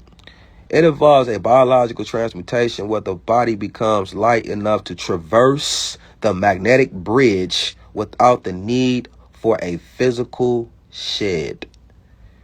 How I got this talking like this? What source is this? You seeing the sources. It's telling you the sources, Ma. It's telling you according to Nubian, according to Tasseti, according to Nile Valley. It's telling you the source. You see the Egyptian matriarchal. You see the sources throughout each slide. It's going to tell you the Tasseti, the Nile Valley. So it's telling you the sources. Oh, damn, like this. So, yeah, that part. So, that's what I heavily and strongly believe in. I don't believe in sharing no information without giving the sources, of course. So, as you reading with me, you can read the sources. Matriarchal Safe Haven, I think we here now. So, you'll notice that before it start reading, like, it'll say this right here, the melodic breakdown. Y'all got to get this the most important matriarch right here, where this highlight the melodic, because these women left a Nubian language for us to decipher that all this information that I'm sharing with you about the firmament. But we only find this information out if we decipher the language left by these women. I deciphered the language left by these women. That's why I can make my phone talk like this. Nobody gonna be able to make their phone talk like this. You won't see these headings. You won't see nothing about, like, this is like unreal to even me that I made my phone talk like this. But you have to decipher the Nubian language to know how to do what I'm doing. And I ain't a gay guard. I'm here to show y'all. I'm here to show y'all how to do just that. Okay, I will go study these matriarchs. Yeah, that's what I'm encouraging everybody to do. Because these matriarchs left this profound symbolism that the firmament is refuge, matriarchal refuge. Just as a child is protected within the fluid of the womb, the traveler within the firmament is protected by the pressurized living waters that the ark hold back from the void. We're going to get into all that. Intrinsic symbology of the ark includes the Uraeus, not as just a symbol of power, but as a symbol of the rising current. The serpent's curve is the micro arc that matches the micro arc of the sky, creating a resonant feedback loop. The melodic language of the arc involves the lion-headed mother, Apidamek, feminine counterpart. She provides the fierce magnetic strength required to break through the density of the lower world to reach the stillness of the firmament. Nubian cosmology teaches. You see how that reference that? Nubian cosmology teaches that the earth is a magnet and the firmament is its opposite pole.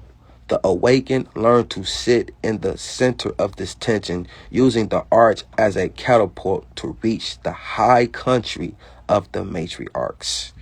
So all this literary is literally telling you that matriarchs is beyond the firmament.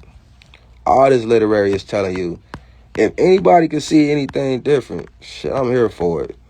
I'm definitely here for it. I'm here for it. Okay, where we at? That's like 12. The literary tradition, Taiseti described the journey as a navigation of the solar bark. Now, the solar bark, when we look in the goddess temples, we see all these people on boats, and we see these people riding rising waters, but nobody has decoded the symbolism in the goddess temples to know what these people is doing on these boats. These boats is called solar barks, so that's what that means by solar bark. The bark is not a boat in water, but a vessel of light traveling along the magnetic lines of the arc, steered by the matriarchal wheel. And we're going to get into all that too. That's why I was telling you we got a lot to uncover. The safe haven is characterized by the absence of friction. In this realm, movement is instantaneous and thought-based because the magnetism of the firmament is refined, that it responds to the subtle vibrations of the heart. Your heart got to be balanced. Your heart got to be pure to penetrate the magnetic shield, the plasma shield beyond the firmament. And that's why these patriarchal men can't go. And that's why a lot of people won't be able to go. This is why you got to have balance in the heart. This is the real definition of balance. Not man and woman making balance, but balance in the heart, good in the heart. Good in the heart. Your heart got to be balanced. You ain't going to these places if your heart ain't balanced. If you trying to penetrate the firmament and you got an ill will, if you got a bad heart, you somebody that's still eating the dead animals, you desensitized to the animals dying. If you still eat dead flesh and blood, you're not going to heaven. It's that simple.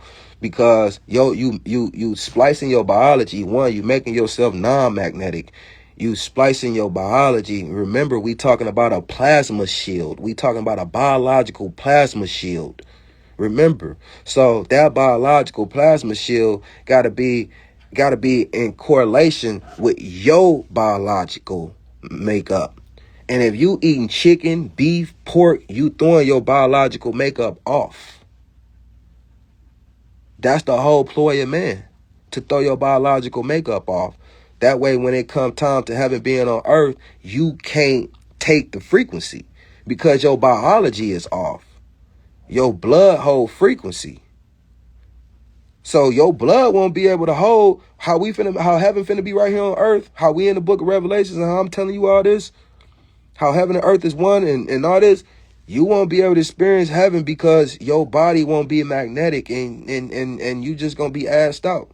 So you got to understand, when we just seen all these people die in 2020 from quote unquote corona, that wasn't no virus, y'all. The magnetism of the earth is raising, and a lot of people finna burn out and die because y'all making yourselves dormant, and y'all, even black people, y'all making y'all melanin dormant. So you're not gonna be able to take the magnetism of the earth. You're not gonna be able to absorb the magnetism of the earth. You making yourself dormant. So all them people that died in 2020, that was a cover-up. They don't want y'all to know that the magnetism of Earth is rising, and only the high frequency vibrational beings will be able to encapsulate that frequency within our bodies.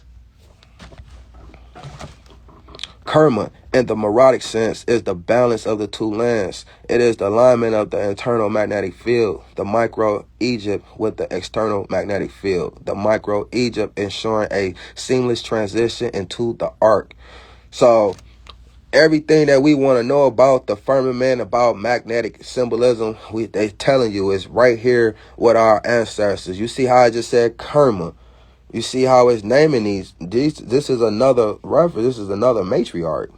This is where we get the term you're going to get your karma from, because men was warned, the Roman men was warned against women and getting their heads knocked off, and they was getting their karma. You get it? These women, their civilization was called karma. don't know why the matriarchs ain't talking about that. The magnetic arch is the rainbow of the covenant. In its original Kemetic sense, a promise that the mother will always provide a path back to the firmament for those who keep their iron spirit will pure. What I just said to you. What I just said to you. You got to regard your blood. What you eat matter. What you eat matter. What you eat dilute your blood or erase the information out your blood. What you eat matter. If you eating dead flesh and blood, aka meat, you erasing your biology. That's all you doing. You erase. So by the time you get 50 and 60 and 70, yeah, you die because your body it don't know how to send information no more. It don't know how to receive no more. It don't know how to transmit no more. It ain't magnetic no more. You done accumulated all this dead stuff, this cheese, milk, all this stuff for so long, your body not able to pass the information no more. There's no information in that stuff. Your cells pass information. There's no information in cheese. There's no information in milk. There's no information in dead flesh and blood.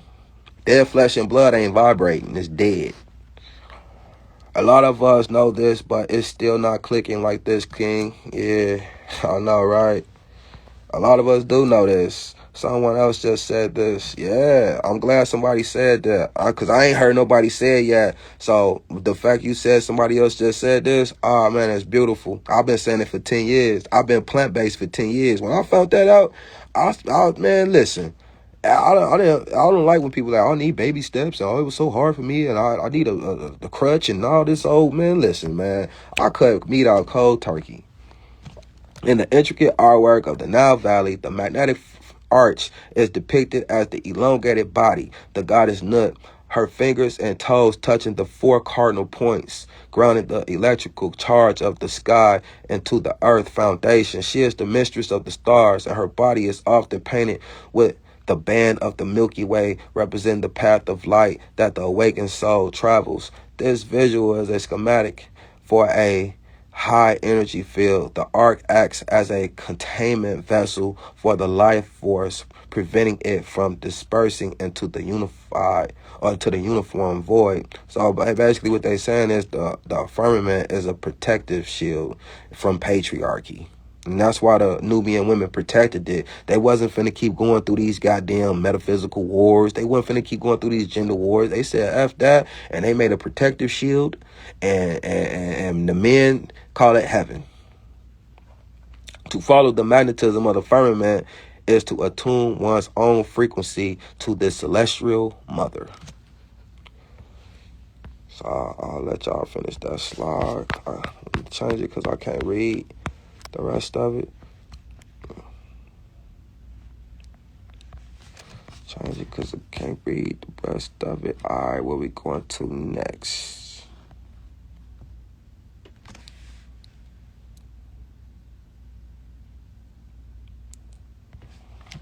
The concept of the safe haven is rooted in, okay, see that. Just as the physical atmosphere shields the land from the harshness of the depth, the spiritual arc of Nut filters the intense energy of the cosmos, stepping them into a frequency that can be integrated into by the human vessel. To exist under her arch is to be held in a state of grace and equilibrium, shielded from spiritual turbulence by the immense gravity of her love and joy. So, yeah, that's basically somewhat of what I was just saying, the immense gravity. This symbolism extends deep into the southern lands of Kush and Meroe.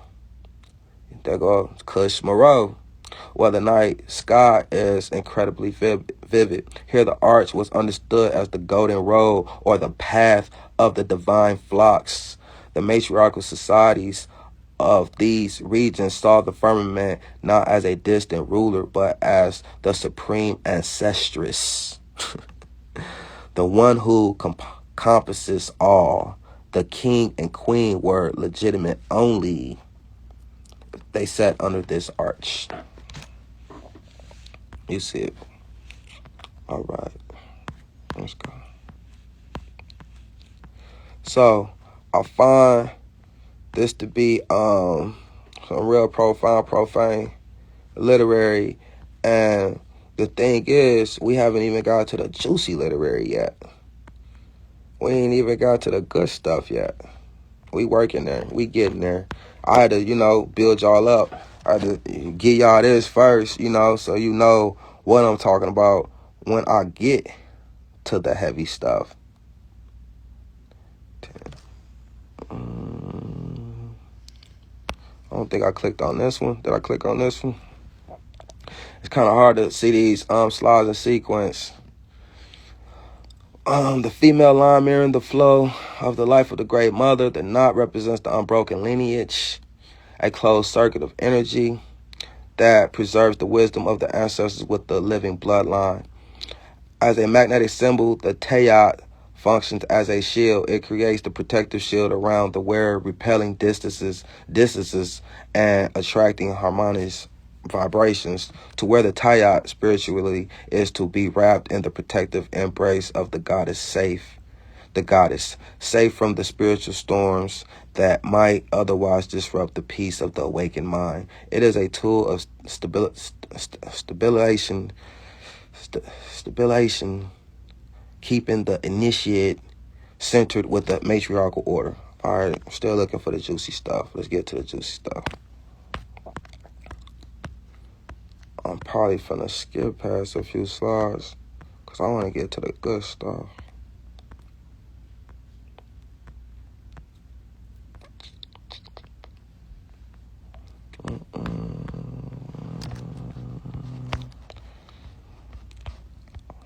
When I'm scrolling to find the slides that I'm looking for, I always gotta go back through the 100.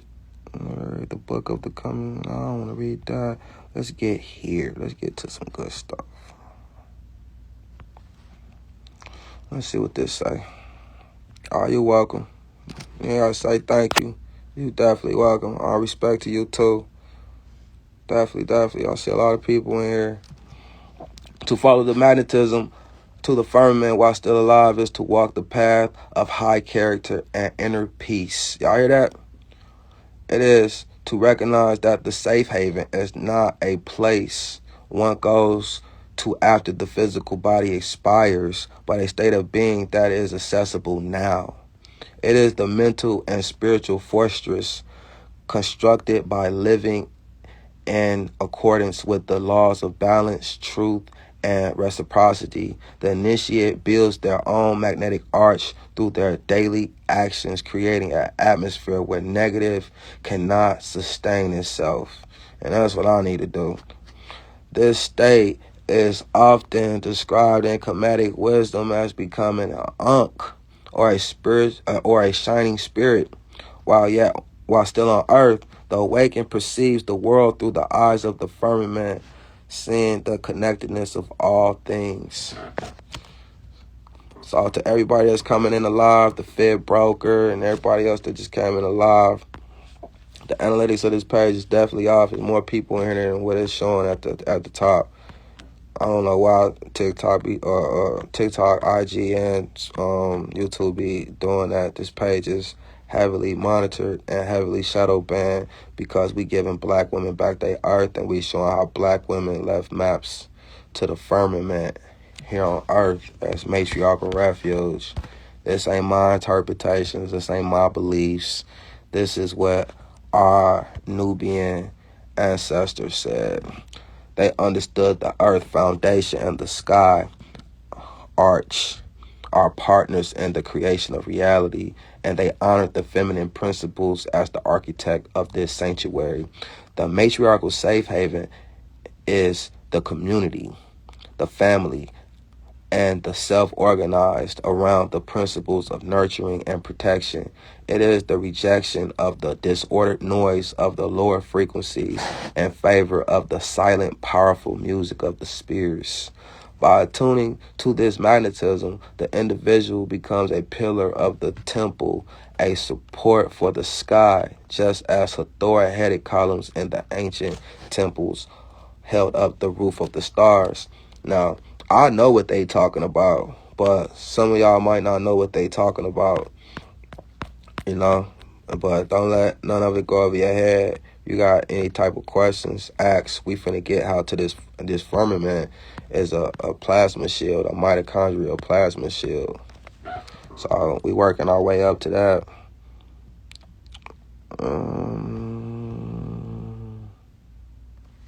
What this talking about? The Sheen, eternal protection of the Kadaki. The Sheen ring is the geometric expression of the magnetic art and its eternal aspect.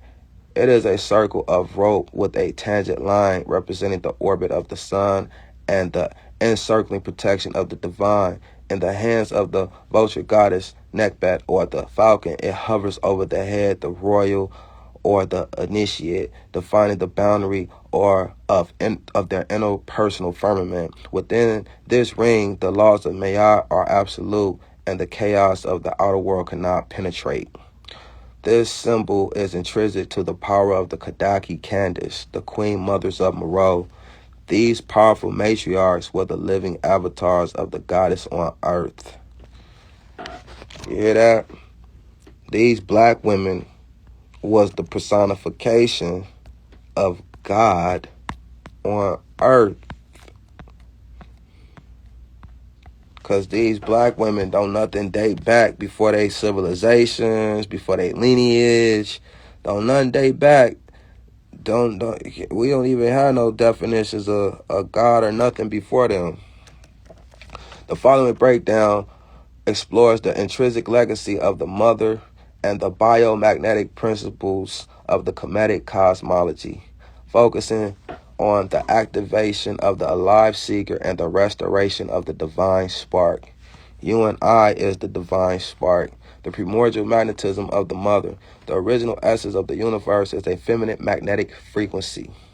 This mother energy is the foundational field from which all physical matter is woven. In this cosmology, the universe is not a void, but a living, pulsating womb that generates and sustains life through continuous magnetic attraction. The magnetic arch as biological refuge. The magnetic arch is more than an architectural feature in Nubia or Kemet. It is a representation of the cosmic womb. When a seeker is alive, fully activated in their biological magnetism, the arc becomes a literal sanctuary, and physical decay are suspended, replaced by a state of buoyancy.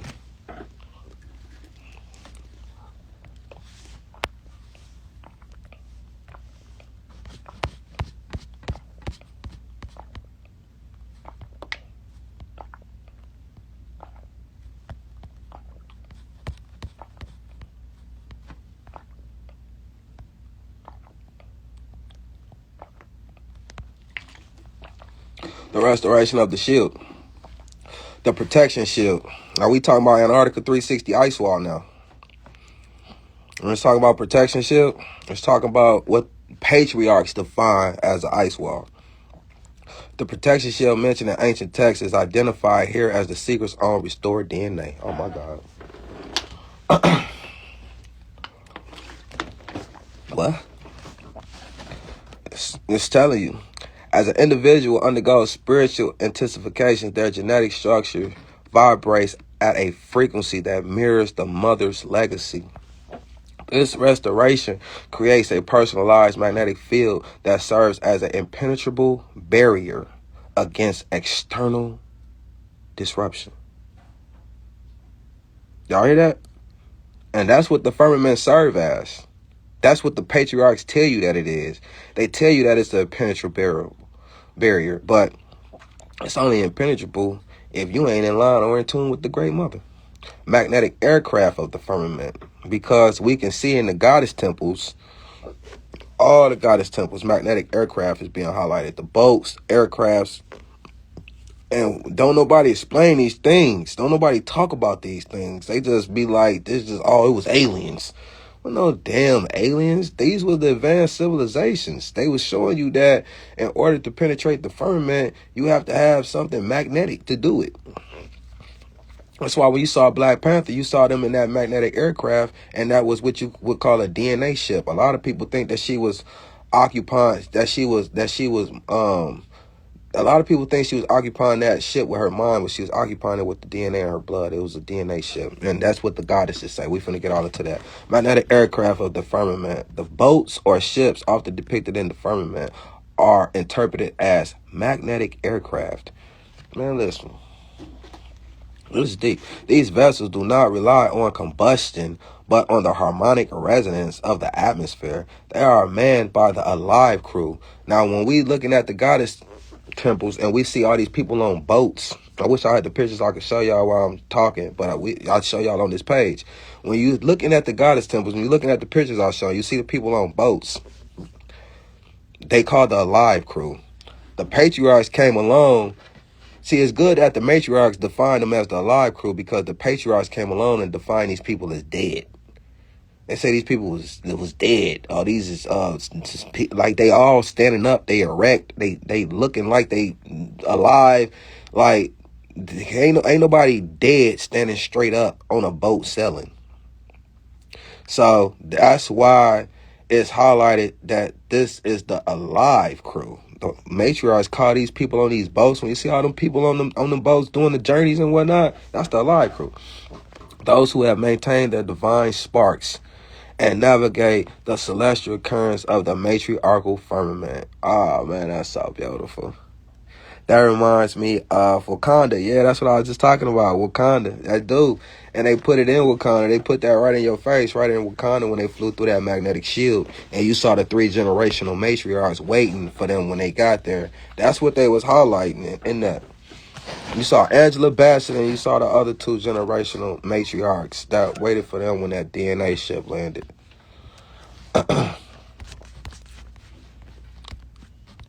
So, yeah, you right on. And they know this. The patriarchs know this. They just capitalize off giving it to you in forms of like movies and whatnot.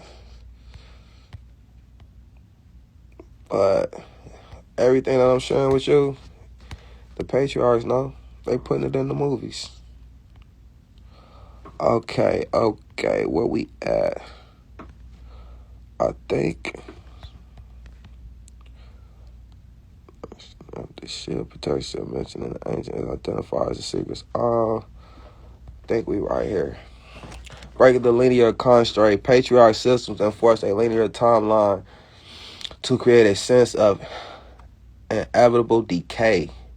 In contrast, the matriarchal magnetic firmament operates on cyclic magnetism. I think I'm saying that right. Cyclic, okay. Cyclic magnetism. By entering the frequency of the arch, the seeker exits the Roman calendar and enters the eternal now of Kemet. Ooh. I want to enter the eternal now of Kemet. I want to go back to my Nubian ancestors' calendar. I won't be on this Roman calendar. Vibrational triggers in stone. Inscriptions on temple walls are not historical records, but vibrational triggers. They are engineered to interact with the magnetic field of the seeker. For the unawakened, they remain static images. For the alive, they act as keys that unlock latent genetic codes and initiate biomagnetic evolution.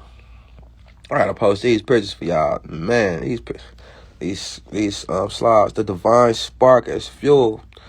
Every seeker carries a divine spark, which is the eternal source of magnetism. This spark is the pilot light for the biological engine.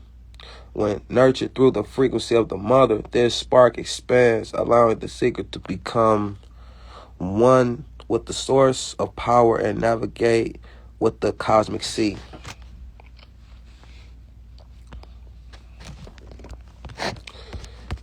Y'all need to share with somebody. Y'all need to tell others to come get this, cause we finna get into it.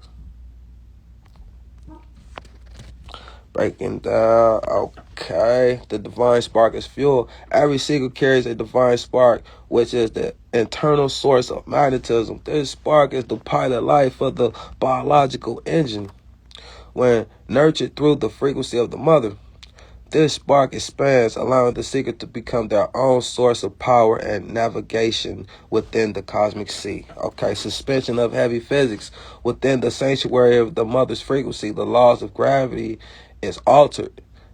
This is not a miracle, but a shift in magnetic polarity. The seeker experiences a state where the weight of the material world no longer dictates their movement, enabling the settling of the firmament. Y'all hear this? My people are still asleep. That's yeah. I'm not coming to a sleeper but a dream. You tell them that. The blueprint of Nubian and Kemet. The ruins left in these regions are the literal blueprints for biomagnetic evolution. I'll let y'all read that a couple more times. Every statue and temple aligned was designed to anchor the feminine frequency. Not the feminine in the chief. Not the feminine in the masculine. Why y'all don't see the word masculine nowhere? Why y'all don't see both? This would let you know that duality and that yin-yang shit came from the patriarchs, this deception. When you look up the etymology, when you look up the origins of these words like balance and duality and yin and yang, you can see the origins of the words. It came from the goddamn Greeks and the Romans, and it came for the men to usher their way in. You don't see it say nowhere in here nothing about a divine masculine. So what is y'all doing over there in the Mauritia groups and them damn African groups, all these groups that got chief men? These men, y'all just really fitting their ego. Y'all just really trying to be bow down to their ego. That's all y'all doing. And the men are so ugly to just want to be seen and heard. Like, get out the way. Ugh. Get out the way. What about me? I can't say nothing. I don't have a voice. Man, nah, how about that? Just get out the way. Man, I did enough damage on the earth as is. Good Lord. Can the woman have her shine? I done lost where the hell I'm at. The ultimate sanctuary. No, I don't think I'm that far. Legacy explores the intricacy of the mother, the restoration of the shield, seeking the linear constructs. I think we read that. The fire spark is fuel. We read that. Or are we right here? The ultimate sanctuary, the final goal of this intriguing legacy is the realization that the feminine frequency is the one true sanctuary. It is the field that nurtures the divine sparks and allows for the eternal renewal of the planet's life force, standing in direct opposition to the cycles of the decay found in lower vibrational limits. Just ugly. Yeah, just ugly. The comments cover up the bottom of the paragraph. I know. But when I post this, you'll be able to read that for what it is. I can't see it either because of the comments, but when I post, you'll be able to read it all for what it is. So when I close the live, I always post them, and I'm going to post it to YouTube because everybody don't got IG. TikTok, I don't like messing with TikTok. You can only post 10-minute videos, and they heavily censored and monitored. Oh, TikTok ain't TikTok no more. I don't like TikTok. They don't play. They don't want no religious information out. And they tell you that. The following breakdown explores the intrinsic legacy of the mother and the biomagnetic principles of the Kemetian cosmology, focusing on the activation of the live seeker and the restoration of the divine spark. So there y'all go. You know, like with the references, you see it say Kemet, you see it say Kush, you see it say Tarseti. So as long as you see it, don't say Trados. As long as you see it, don't say my words. These ain't my interpretations. I didn't make none of this up about the firmament. I didn't come to mislead people. I didn't come to ask y'all for nothing. I came to rally the troops, build these numbers up so we can ascend. The restoration of the internal shield. This cosmology posits that the protection is not a wall or weapon, but a biological imperative found within the seeker's own substance. This protection shield mentioned is identified as restored DNA, implying that the genetic code itself holds a dormant high-frequency capability. When this code is reactivated, it generates a field of safety that radiates from the outside out, making the seeker self-sufficient and impervious to lower vibrational interference. The individual, as the magnetic unk, as the internal awakening deepens, the seeker transcends their ordinary human form to become a living structure, the magnetic arch. This is not a metaphor, but a description of a bioenergetic state. Just as an arc and archetype supports weight by distributing it, the biological art channels cosmic forces, becoming a gateway between the physical realm and the higher frequencies of the firmament. And I actually like that. It actually kind of made me think of Leroy while I was reading it. You remember Leroy back in the 80s when he got like this glow? And he get that arch, and it'd be like, I think, what do you say? What's my name? Leroy. I think that's how I used to go. I ain't that old, goddammit. But I can vaguely remember, like in the 80s, it was like this movie that used to come on, and dude used to glow up on their ass. He used to kick their ass. He used to get magnetic as hell on their ass. He was a skinny ass dude. And they ain't know, man, he was whole activating. And now it makes sense. You know what I'm saying? They put it right in our face. I think his name was Leroy. Leroy was kicking ass. He was glowing on their ass, kicking ass. That's what I just thought of while I was reading that. All right. I think, it's kind of hard to keep track where we at. But I got y'all. I got us. Don't even trip. That was too okay. Yep. The feminine frequency sanctuary. The blueprint for this evolution is rooted in the intrinsic legacy of the mother. This legacy established the feminine frequency not merely as a gender concept, but as the ultimate sanctuary for the planet's life force. It is the womb state of the cosmos, a vibrational register that holds, nurtures, and perpetually renews existence, standing in contrast to force the seeker to consume the physics of buoyancy and gravity. A sharp distinction is drawn between two opposing systems of physics. Patriarchal physics is defined by gravity, scarcity, and entropy. A model where things fall down, run out, and eventually stop. In contrast, the awakening seeker enters a reality governed by magnetic buoyancy and eternal renewal. In this state, the heavy laws of the material world are suspended, allowing for a levity and abundance that defies the conventional understanding of decline. Ooh, that's saying some shit, boy. That's a mouthful. Woo! I was saying some shit. Why? Y'all see all that? Man, please, man. I damn near need a moderator. Shit. I was saying some shit. And it's like, I ain't never heard nothing like this before. I'm well learned. Don't get me twisted. I mean, like, y'all know I'm well learned. I ain't never heard nothing like this before. The arc as the cosmic womb, identified as the womb cosmos for the seekers fully alive, activated their biological magnetism, yada, yada, yada, escaping linear time, trying to get to the good stuff. I'll let y'all look at that within the higher frequency, the magnetic aircraft. Got it? No, we trying to get to the good stuff. But I'm going to let y'all read that, scan through that, read that. Well, I'm finna change it. Because like I said, we got 100 slides to go through. And we probably just like on slide 30. I was trying to, build y'all up before I got to talking about the good, juicy stuff. But I think I done built y'all up enough. So I know when I was screenshotting this, I was like, damn, I got to talk about this first and that first. But now I feel like y'all ready for me to just attack y'all, just jump on y'all, just get y'all that drop. All right, let's go. The membrane of the Great Mother. The sky is the biological expanse of Nut, the Milky Way personified as a celestial river of milk and stardust. The matriarchal cosmology. In this matriarchal cosmology, this is the skin of Tiamat. Ooh.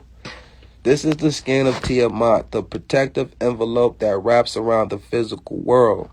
This skin acts as a filter, ensuring that only those who vibrate with the frequency of the mother can perceive the path back to the source. It is the original shield manifested by the matriarchs to preserve the purity of the lineages. I'm taking screenshots. That's attack. Yeah, I heard that. Yeah, I want y'all to take screenshots. Let me put my big ass head out the way. The damn, I'm sorry. Shit, talk to me. Holler at me. Let me know. Say, can you move that over so I can? Because I don't need to be in the way of your screenshot. I want you to screenshot this, and I want you to read it on your own. Because I don't expect you to just, remember everything I'm saying. No how. The golden firmament as biological shield. Ooh. A golden firmament as biological shield. While patriarchy narratives frame the firmament as a cage or a limit, the ancient Kushite anti-Seti wisdom views it as the zona pellucida. I know I'm not saying that right. Of the earth, the protective outer layer of an egg. This golden firmament was willed into existence by the matriarchs to shield their progeny from the invasive energies of patriarchal conquest, creating a sanctuary where the mitochondria DNA could remain protected. Oh, man. Y'all hear that? I'm going to go back once it's posted to YouTube. Yeah, hell yeah. I'm going to definitely post it to YouTube. Me too, queen. She said, yes, attack. Y'all. Man. Hell nah. Y'all still here, huh? That's good. Okay. That's say number 1. That's say number 2.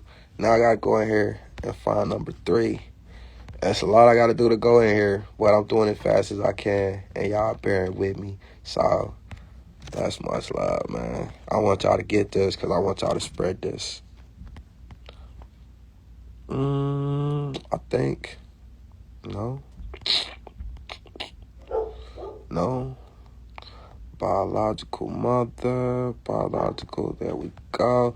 The golden firmament as the biological shield. Yup. Spleen the fish, the biological division. Now I got to tell y'all what this is talking about.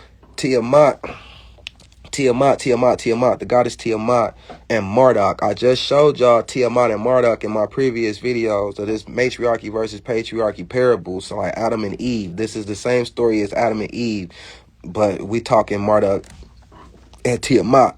I know a lot of us don't know who Marduk or Tiamat is. I didn't really know. But these is gender war stories. Marduk and Tiamat go back to like the Hebrew Bible, like I was telling you, the Enuma Elish. So Marduk take Tiamat and split her into two, and he make her body, when he split her in two, he make her upper body the heavens. He make her upper body the heavens.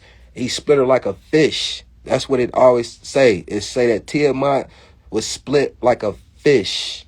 She was split in two like a fish by Marduk.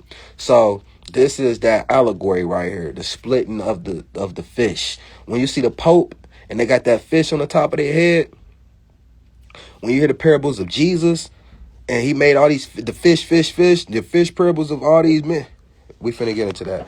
Splitting the fish, the biological division. These is metaphors of biological division when it's talking these fish parables. I resonate with this ancient story. Yeah, hell yeah. Oh, I ain't see all these comments. Thank you so much. You are appreciative, King. Oh, damn. Thank you too, Queen. I'm sorry I ain't see that. So grateful for you, King. Appreciate everything. Oh, man. Right on, man. I appreciate y'all right back. Splitting the fish, the biological division. The metaphor of splitting the body like a fish refers to the mitosis of the primordial cell. Ooh, because the mitosis cell, our cells replicate and split. We only die when our cells don't have that ability to replicate no more. Our cells supposed to have the ability to replicate all the damn time. But when we eat meat, cheese, and all this, we take away that replication process. When the great mother splits, she is not being destroyed. She is replicating. This is the creation of the above and below. And I love that because that's so true. That's why the Genesis, in book of the Genesis, it start with the waters above and the waters below. This is all about the separation story, the splittings of the patriarch and the matriarch. The patriarchs choosing to go their way, and the matriarchs choosing to go their way. The matriarch said, we're going beyond the sky because beyond the sky is infinite, and y'all can have this lower domain because the lower domain is limited. And we're going to enclose y'all in a circle, and y'all only be able to do so much. But y'all under contract of truth to lead this symbolism to the people, to tell these people the truth. And that's what Masons and that's what all these religious people do. And I'm finna go all into this. We ain't even scratched the surface. We ain't even got started yet. I got too much to share with y'all. We finna dig off into the church. We finna bust that up, show y'all the maps of the church. All this. We finna correlate it all. This is the creation of the as above, so below. The seeker's DNA is the bridge between these two halves. To follow your lineage is to find the seam where the two halves of the mother meet. You hear that? Tracing the silver cord of the umbilical line back to the Queen of Heaven. Oh, you see that? So these is biological parables. These is DNA parables. When we hearing, Jesus splitting the fish and Marduk splitting the fish, these is DNA parables. Because the fish skin shimmers like a star. Fish skin shimmers like a star. And the parable and allegory in that is the lineage women, the lineage of the women being beyond the stars.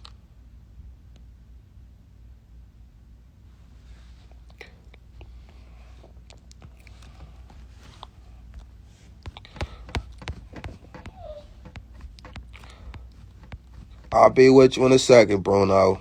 I know you need some attention. Good Lord. That's my dog.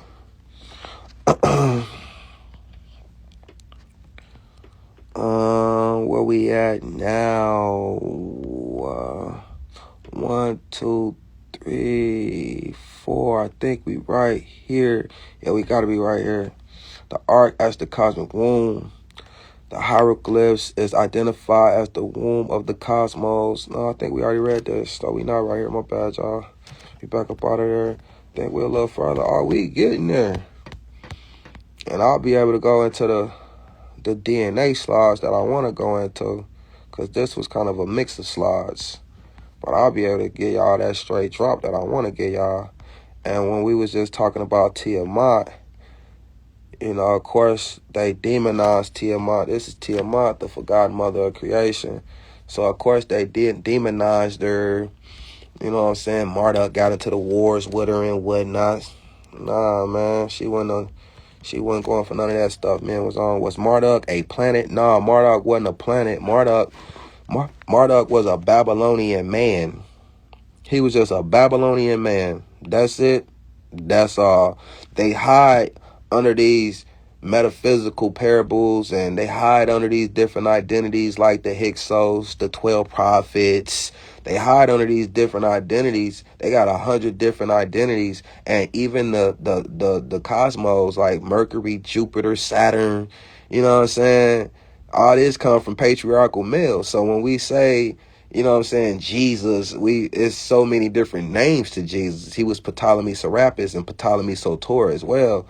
So, Marduk was not a planet. Marduk was actually a man. He was actually just a somebody that wanted to be a king. He was just a Babylonian man that was challenging the women of Babylon at the time, because men had to go through women to be anointed and appointed king, and men didn't want to do that. So what men did was they forged history.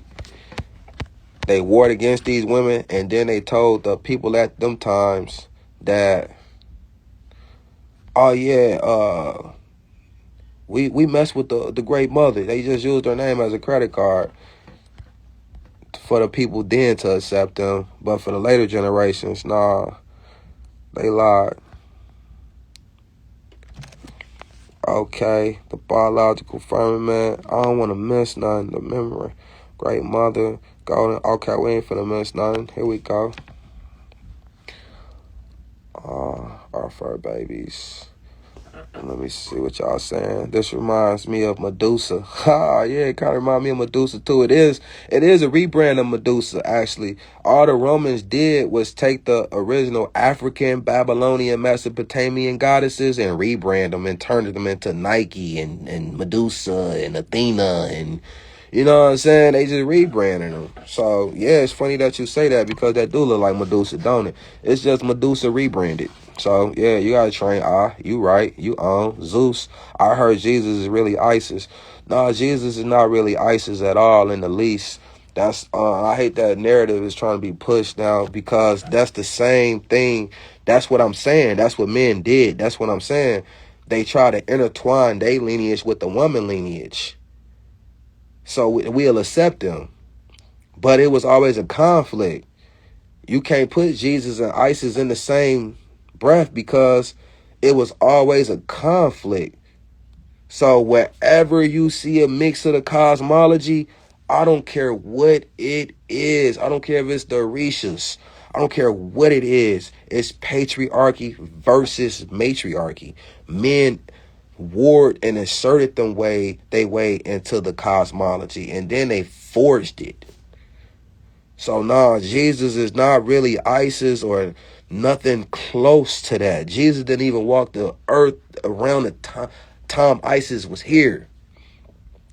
Isis date back to way before the patriarchs started recording time. The patriarchs started recording time in 31 BC. These receipts of these women that I'm telling you about, they date back way back before 40 BC and 50 BC. When men started recording time, they started recording time in 31 BC and then started counting backwards to 30 BC, 29 BC. So whenever you find a receipt of a woman, these Nubian women that say 40 BC, 35 BC, this is prehistory. Because men only started recording time in 31 BC, and they only started recording time because they started warring against women. They was keeping tracks of how long it would take to erase the mother. A lot of people be like, damn, why would men start counting time backwards? They was trying to estimate and calculate, and they was trying to start their timeline according to when the mother was erased. So you will see Christianity and you'll see all these forms of religion start to rise at the count of zero when the calendar is at zero. Zero is called the classical era. Zero is called the classical era. And then you go to the 1st century and the 2nd century. This is the rise of Christianity. This is the rise of religions. Before the 1st century, all you see is the erasure of the mother. You don't really see religion. You don't see religion. You just see men trying to insert themselves into what was already established. But by the time 0 BC came, by the time that we was at 0, they was like, all right, we done accumulated enough of her knowledge. We done accumulated enough of her wealth. We done killed her off enough. And now all these centuries done went by to where now we can create our own brainwashed people. Because now we done start erasing her. And now we got all these people to where they don't even know who she is. So now we could take these people and do our own thing with these people. We can get these people patriarchy. We can get these people religion. We can get these people Judaism. We can get these people Christianity. We can get these people our stuff. So this is why they started counting down time backwards, because they was trying to erase the great mother. And once they got to the timeline of 0, they was like, all right, it's on. It's on. Now we finna. That's why when you see 0 come, that's why you see Christianity rise. Then you see, you see Judaism rise. Then you see Christianity rise. Then in the 7th century, you see Islam rise. Islam just came in the 7th century, and Muhammad only came as a seal of the prophets, as a seal to make sure that nobody found the great mother, that the great mother was hidden, that, you know what I'm saying? We got too many people, they asking questions. They want to know of this and that about the great mother. Okay, we got to make another religion. They only made religion to hide the mother. That's all religion do. That's all religion is just hide the mother. So we could never, ever, ever put Jesus and ISIS in the same sentence, ever. Because Jesus only came to replace Azra. All through the Bible, it's saying that Jesus is knocking down Azra poles. It's saying that Jesus is saying to war against the woman. Knock down her poles. Don't worship her. Erase her images. Destroy her. How the hell do pastors teach this? So we could never put these men in the same category, the same language as these women. I can't say that enough. And a lot of people, well, Isis came first, so that's what I'm saying. She was before him, and they changed her name to a male. That's what I'm telling you, exactly. They didn't change her name to a male. They changed her identifications. They changed her reciprocity. They changed her attributes to male. Jesus stole her attributes, but he didn't steal her identity. He ain't steal her accolades. They just tried to steal the miracles. Like how these women was doing miracle things and how these women was being praised and worshiped. They just stole that. Those stories. Jesus ain't never walked on water, but these women did. The woman and the dragon genetic preservation. The woman and the dragon. No, okay. So what this is talking about, the woman and the dragon genetic preservation and Revelations. In the book of Revelations, you got the dragon attacking the woman. The Bible and Revelations, it literally start off with the dragon attacking the woman. Now we finna read why the dragon in the book of Revelations is attacking the woman all through the book of Revelations. He want to kill her. He want to kill her seed. And she flee off into this place beyond the ascensions of the earth, the firmament. It tell you this in the Bible. We finna get into it. You got to believe me. Got you crazy, honey. Exactly. Okay, makes sense. Okay, good. As long as it makes sense to you. All right, back. The woman and the dragon genetic preservation. Oh, man, I think this finna get good because I think it's finna talk about the double helix. So when it's talking about the dragon parable, it's talking about the double helix of the woman. This is all biological language. It's all talking biology of the woman. The Bible is a biology book. It's all about anatomy. It's all about the biological lineages of the women. The woman who flees to a safe place. Now, this is in the book of Revelations. It's the personification of the mitochondria DNA. Y'all hear that? Yeah. While the patriarchal line often focuses on the external conquest, the dragon, the matriarchal line is the hidden treasure that retreats into the wilderness of the cellular structure. This wilderness is the internal space within the seeker where the original blueprints of the neurotic queens are stored, away from the praying eyes of those who seek to categorize and control. Love how I said neurotic queens. That's deep. That's deep to say, because that's our Nubian ancestors. These is stories of men, the Roman men warned against our Nubian ancestors. That's it. That's all. That's all the Bible is. That's all it is. It ain't no esoteric book. It ain't no this, that in the book. It's a book of the Romans warned against our Nubian black women. It's talking Adam and Eve all the way to the back of the Bible to Revelations to the woman and the dragon. The woman is you see it? Neurotic queens. And I'm finna show you this. So it's real deep. Don't call that dragon Leviathan. No, that dragon represent the Roman Empire. That dragon represent how Rome and the Egyptian men got in bed together to war against the mother, the black woman. That's what the Bible is all about. That's what these parables is all about. That's why when you look on the map, you can see Roman Egypt. In Egypt. It's a place in Egypt called Roman Egypt. It's a place in Egypt called Roman Egypt. It's not called Egypt Roman. It's called Roman Egypt.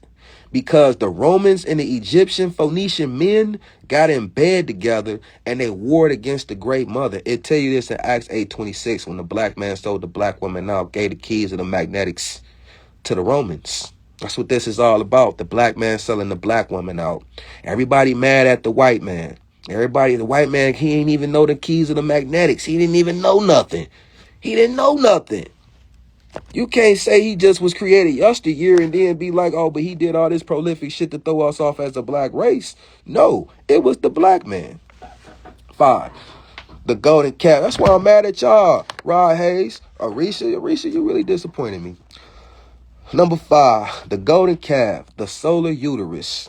In the Tarseti tradition, the golden calf is not an idol of worship, but a symbol of the Hathor energy, the solar womb. It represents the biological furnace where the DNA is refined.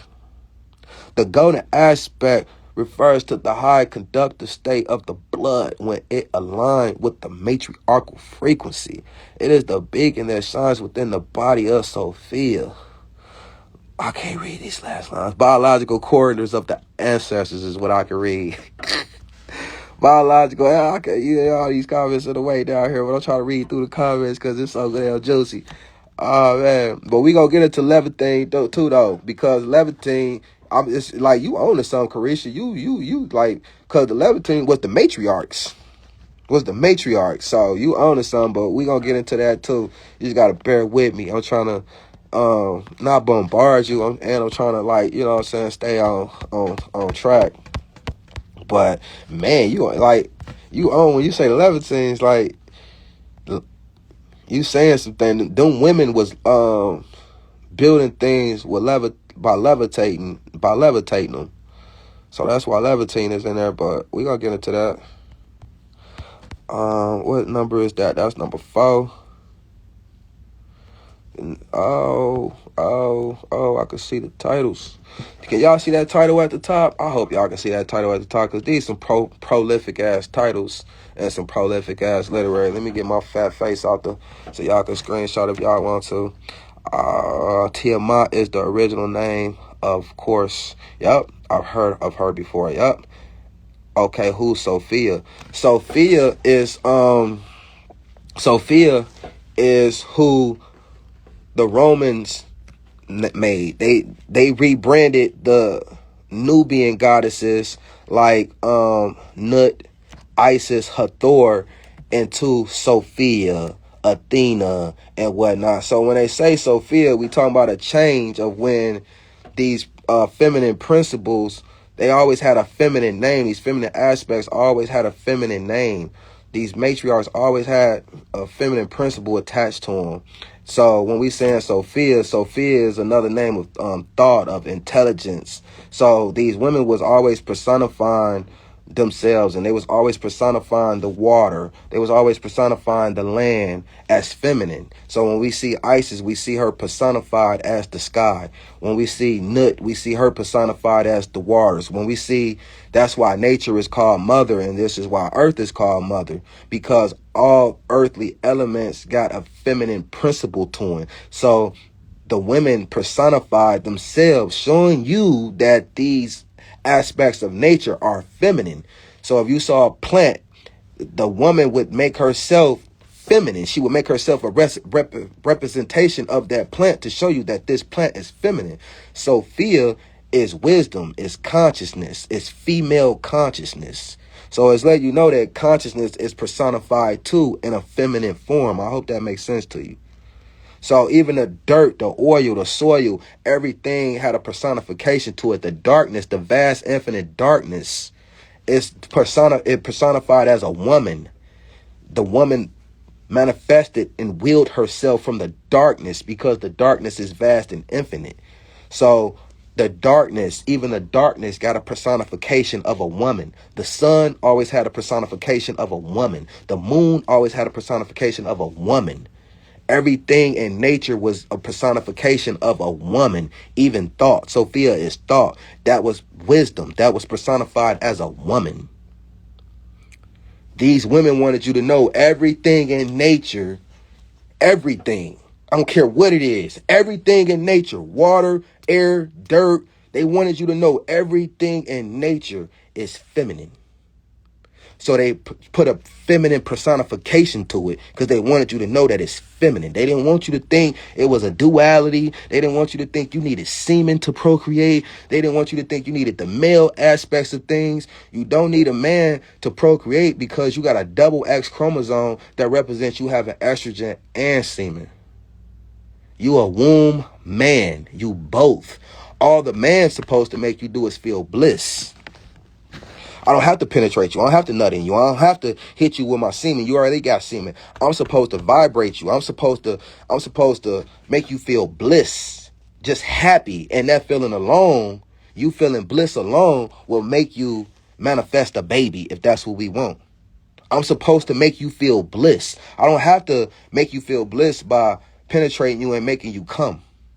I can make you feel bliss by penetrating your soul, your mental, and you can get pregnant that way. So when we say Sophia, we talking a personification of wisdom. We talking a personification of female intelligence. Even that's a personification of a woman. I hope that makes sense. That can't make sense. The woman who created his Matrix, movie named Sophia too, she was tapped in. Yeah. Sophia is a deep name. It got a lot of symbolism attached to it, and it all go back to female wisdom, female intelligence, female consciousness, right? So when we say Sophia and we say magnetism, we saying the same things. Magnetism is female consciousness. That's why the M-A is in front of magnetism. Magnetism. Your brain, your heart exude magnetism. And don't nobody exude more magnetism on this earth than a woman. A woman's heart is 5,000 times more magnetic than a man. A woman's heart is 5,000 times more magnetic than a man. It's all about you. You manifest reality. A man's heart only go like 12 feet when you do the magno reader. You can put the body under magnetic sensors, and you can read how far the extensions of the magnetism of the body extend. The man magnetism only extends 12 miles. The woman magnetism extends 500 miles. So you are a toroidal field. You are a magnetic field yourself. Your magnetism extends 500 yards. Mine only extends 12. My magnetism only extends 12. Yours extends 500. That means something. So you manifest reality. Your heart serves as a projectile. You know how you can put a projectile on the screen and it give you the movie visual? That's your heart. Your heart projectiles reality. That man is supposed to make you feel bliss. When that man make you feel anything less, you vibrating in the lower chakras. Now you creating a unheavenly domain. Now y'all create reality. This is why man got y'all vibrating on a low frequency with the chemtrails and the polluted water and the polluted soil, polluted everything. He trying to make sure that you manifest hell down here, that you don't manifest a dope ass reality. And this is why we gotta ascend. And that's why we gotta leave all this shit behind. Who finna bust up all this concrete? Who finna knock down all these telephone poles? So while Risha and them over there tricking people to, we got to rebuild heaven right here on earth, where did Matriarch say do that at? Where did the Matriarch say rebuild at? All this literary that we reading, the Matriarch said ascend. The Matriarch said come to the firmament. So how the hell is y'all rebuilding? Who want to rebuild up on this? So they can drop another bomb on it? So they can poison the water still? No, we're not supposed to be in this lower realm if we want refuge, if we want to manifest a beautiful, dope reality and have eternal life. Nah, they left all this symbolism for us. And it makes sense that these women would do that. I never thought that we was just supposed to be here just wandering aimlessly, just nothing. Just 6 continents, just nah. It had to be some answers to life. And these answers make prolific ass sense because it go back to black women and these men hit them. If this shit wasn't true, why would these men hide these women? Right, let me get my daughter so she can hear this too. Hence, our heart is measured by EKG. Exactly. Y'all vibing with me. I'm digging the chat. Y'all gonna make me come up in here every damn day. I love it. I had some people here yesterday that was just so, I was like, man, I just said. I was like, man, what's going on? Did you hear what I just said? But I get it. I get it. We got to together break the spiritual and the psychological locks, and you just not doing that like that. That's somebody's foundation. Spirituality, that's their foundation. So you can't expect to just be talking to people and they just jump ship. They just believe. I don't expect that. That's your foundation. I expect some kickback. I expect some opposition. I just don't expect to be repetitive. You know what I'm saying? Like, hold on now. I get you holding on to the patriarchal strings, but come on now. I just said that 9 times. The celestial, damn, can y'all see that? I can't read nothing but navigators. These women they navigated the entire universe, y'all. They left coordinates. They left all type of shit that the men call tombs. They left all these coordinates for us to traverse the universe, y'all. This is why it's a dope time to be alive. We the Skywalkers. We supposed to traverse the universe. Supposed to be on the Star Series and whatnot. We got this so we can do that. We on our way, Kadakis. I got y'all. I got us. The stars are not distant balls of gas. They are the shining eyes and pores of the great mother. Yeah, okay. Each constellation represents a specific matriarchal ancestor. Woo! Who has successfully navigated the return to the source. Man, it ain't say who has passed or who has died or... Nigga, it's telling you your ancestors is beyond the stars. Even the goddamn Bible is telling you that. Mind you, we reading parables in the Bible. Mind you, the last slide was talking about the lineage of the dragon and the revelations. So when you follow them parables of the woman and the dragon and revelations, it's literally telling you that the lineage of black women is beyond the stars. What we perceive the stars to be is not what they are. All our definitions is from patriarchal men, so we can have patriarchal lenses of the universe. Y'all heard what I just said? All of our definitions of the stars, Milky Way galaxy, Orion star, Sirius star, they purposely gave us a definition of these things for a reason. So all I'm saying to people is, yeah, we know the patriarchal definitions of what the star Sirius is, of what the star Orion is, of what the Milky Way galaxy is. Well, let's get the matriarchal definition of what it is. When we get the matriarchal definition, what it is, they say it's the way out of patriarchy. They say it's the way to heaven on earth. So all y'all people that's talking about y'all trying to rebuild heaven on earth, I've been trying to share this literary with y'all 8 months before I put it out. I didn't want to put this out on IG Live. I didn't want to put this out like this. I'm shooting a documentary to put this out. But I'm not just finna be sitting on this and then when I go live, I see the hunger of the people. I see this. It's like, nah, that made me feel like a gay guard. I've been sitting on this information since August. And I've been trying to put it out with that person, this person, that person the right way. And y'all want to do other projects with other people and this and that. So I'm just like, wow, this is amazing. Like, y'all not doing this for the right thing. Y'all not spiritual. Y'all not real matriarchs. Y'all doing this for attention. Y'all doing this for praise. Ugh, yuck. The stars are not distant balls of gas. They are shining eyes and pores of the great mother. Each constellation represents a specific matriarchal ancestor who has successfully navigated the return to the source. They act as lighthouses for the seeker. By aligning one's internal rhythm with the pulsing of specific stars, like Sirius, the seeker activates the Latin codes in their own damn DNA. Everybody is on a power trip to be seen. Yeah. Ew, yuck. I know, and that's how I feel. I knew what you were saying. And I feel like, ew, yuck. And I'm talking about the men and the women. Because you got to understand, I initially reach out to black women first. So, you know what I'm saying? You got to understand who I'm talking about. You know what I'm saying? A lot of people need to be exposed to put on blast. Because I only reach out to black women. So, I can only be talking about black women.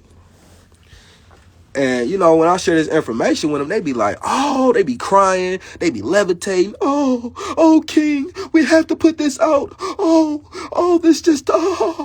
This is so true. They'll have me on the phone for 8 to 10 hours. I have never had a conversation with a matriarch that was less than 8 hours. Never, not one time.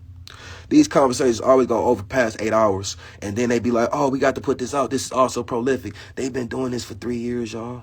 I'm just now finally saying something. They've been doing this for 3 years. I didn't want to come off like I was bitter, like I was mad, like, because I'm a humble, nice, kind, approachable. I'm a really cool dude. I've been keeping all these black women that's your favorite this, favorite spiritual that. Listen, I've been on social media for 3 years and I contacted her. Prince Seller, anybody you can name. The only person I probably ain't talked to is Candace Owens. Anybody else I have talked to them. They don't want y'all to know this. They want y'all to look at them. They want y'all to see them. Hey, look at me. I'm reading this Greek philosophy. Give me some attention. Man, look, you see the wars that's going on? You see Gaza? How's y'all vain ass sitting in the camera and want to be seen and just ignoring the cries of the world? You see all the kids and shit that's dying? You see all these people that's dying? And you want some views? That shit make me sick. So hell yeah, after 3 years, I done lost my cool. I done lost my whole smoothness.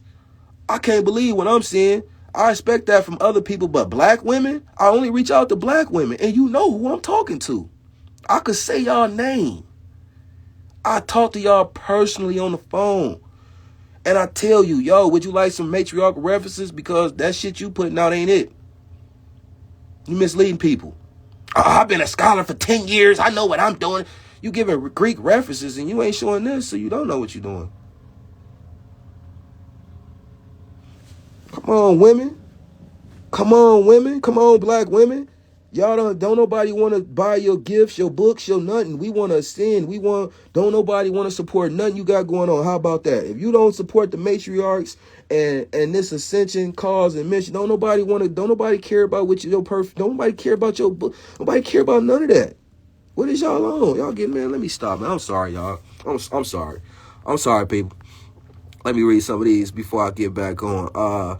That's why I want to talk to you one-on-one, because I have so many things on my mind to speak about. That's why Michael has animals as friends, because humans are so unkind and ego-driven. That's why Mike had the monkey. Hey, you know what's funny about Mike and what about you saying that? Michael Jackson stayed around the corner from where I'm at now. That's what's funny about that. Where I live at, I'm from Gary, Indiana, where Michael Jackson from. And Gary, he lived right around the corner from where I'm at. So I can go outside, and there's going to be all type of tour bus and people out there. It's always people at the Jackson Firehouse. So it's funny that you brought up Michael Jackson. If I go outside right now, it's going to be tourists around the corner at Michael Jackson house. So it's funny that you brought up Michael Jackson. I'm on my Michael Jackson right now for you black women. And I'm exposing the black men that's trying to gate guard y'all and the black women that's trying to gate guard y'all. Y'all got a lot of black women that don't want y'all to know this information because they don't know it, and they want y'all to know what they know, and they want the attention for themselves. And look at me and what I'm showing. I'm showing this, though. I'm showing, like, forget what you showing. This is the way to heaven. How the hell you just ignore the way to heaven to promote your book? Like, promote your book and show the way to heaven. How about that? How about that? The hell? I'll be having these long ass extensive conversations with these people. They get right back online, act like we never talked. They be crying 10 hours, levitating 10 hours. They get right back online, posting misinformation. This done happened 3 years in a row. I'm on y'all ass. And I ain't said nothing in 3 years.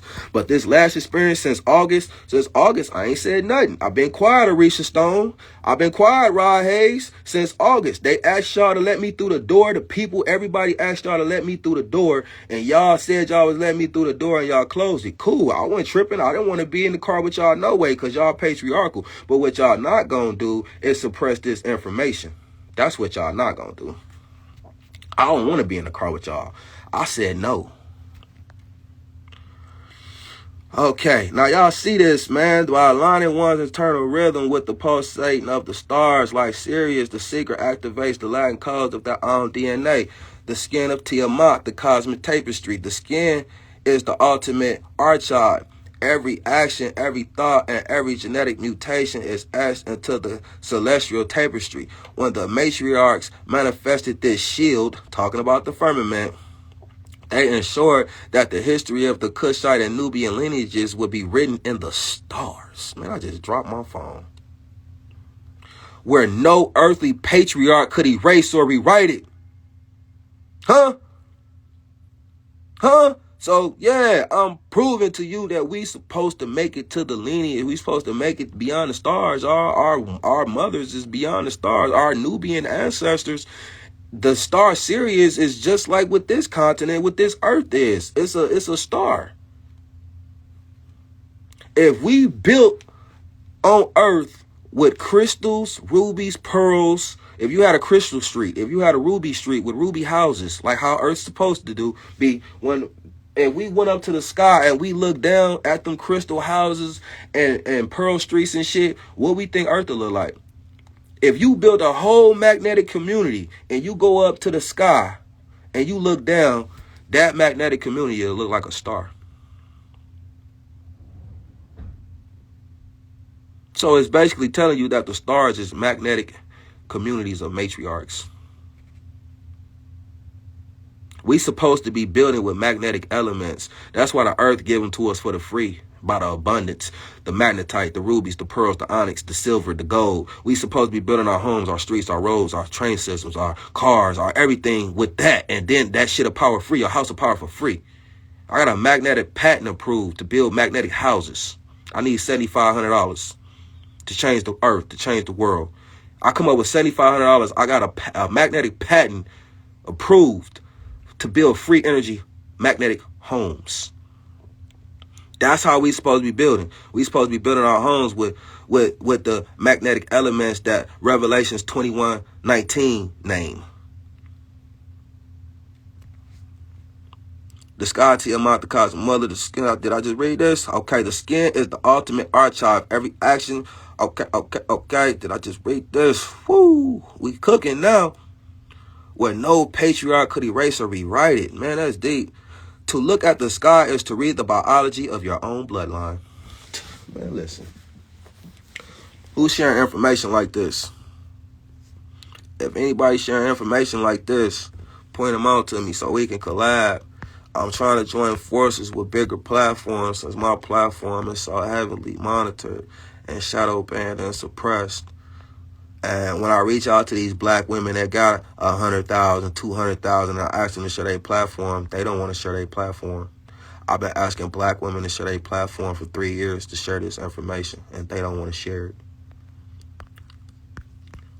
I'm just like, huh? Why not? I don't understand. Congratulations on the patent, King. Thank you, Mom. Thank you. Makes sense also because they want to siphon divine feminine energy, the real outer space. Yeah, the real outer space. They know they can't go. They already chose sides. Yeah. What you say? Our last convo in my DM, you were right. It clocked to me once. I seen this YouTube video by Flern Burn. I don't know who Firmament is. You got to turn me on to him. I love all the literature. It paints the picture and reinforces everything. Now you have experienced these realms with your perception outside of books and pages. Now have you ever experienced these realms with your perception outside of books and pages? Have I ever experienced these realms? What do you mean? Like what they call, what's the word for that? Astral traveling or something? Nah, hell no. I'll be lying to you if I said I did, my boy. Hell no. Hell no. Shit, you see what it say you got to do to penetrate? It say you got to be magnetically aligned. Now, I'm trying to be magnetically aligned. I've been plant-based for 10 years and all that, but it's deeper than that. So I would be lying if I said, my thoughts penetrated this firmament. Hell no. Hell no. But I'm on that type of time. I'm trying to. Have you been to the heaven? No. The heaven is the firmament. You got to penetrate the firmament. So you saying you been to the heaven. So what you saying? You been to the firmament? You saying you been to this magnetic abode with these goddesses? Because if you been there, what we doing? Shit, let's go. I'll give you my address right now. You come pick me up. Let's go. You got the coordinates? What's up? Shit, because that's what type of time I'm on. You say you been there, let's go. I mean, you know the way, you know the route. What you talking about? You say you been there. Nah, ain't none of us penetrated the firmament. Ain't none of us went beyond Antarctica. Ain't none of us penetrated the firmament. Don't none of us know what's beyond the firmament. You can't say you went beyond the firmament. Ain't nobody gonna believe that.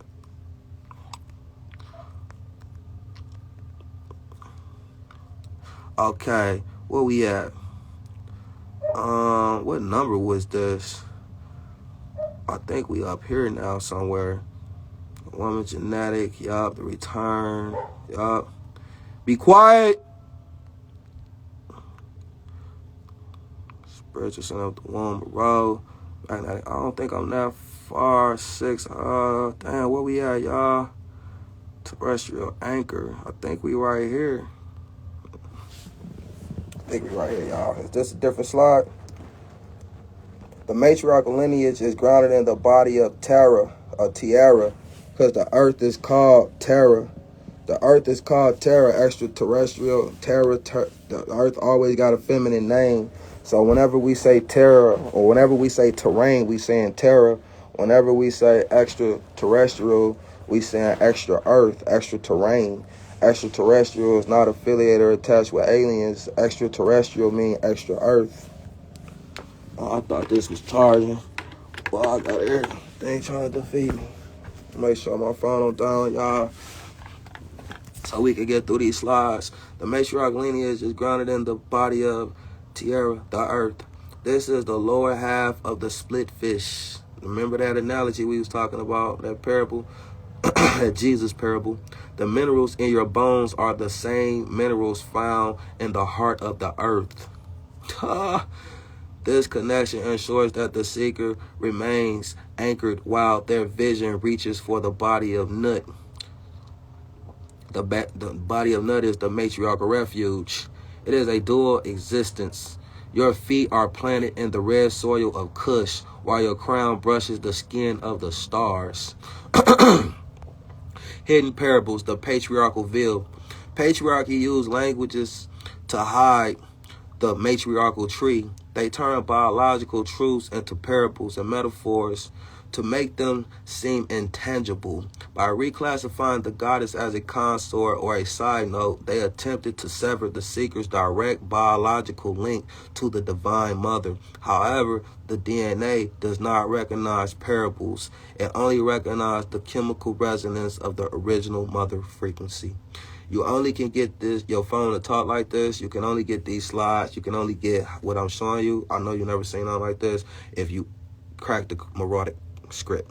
You got to crack the Nubian language. Nobody has cracked the Nubian language. I've been begging matriarchs to crack the Nubian language with me. I cracked it by myself, and that's why y'all reading this shit y'all never seen before. This is like prolific literary. I don't think it get no better than this, but I'm gonna get better than this. I'm gonna show you better than this. We gonna show you, like, in depth what these matriarchs said that this firmament is. And shit, it's gonna knock your socks off from today and tomorrow. All right, that was like number 9 and number 10. Y'all got more? Y'all still going? Oh, that's good right there. But I thought I've been past this. Let me see. Did I go past that?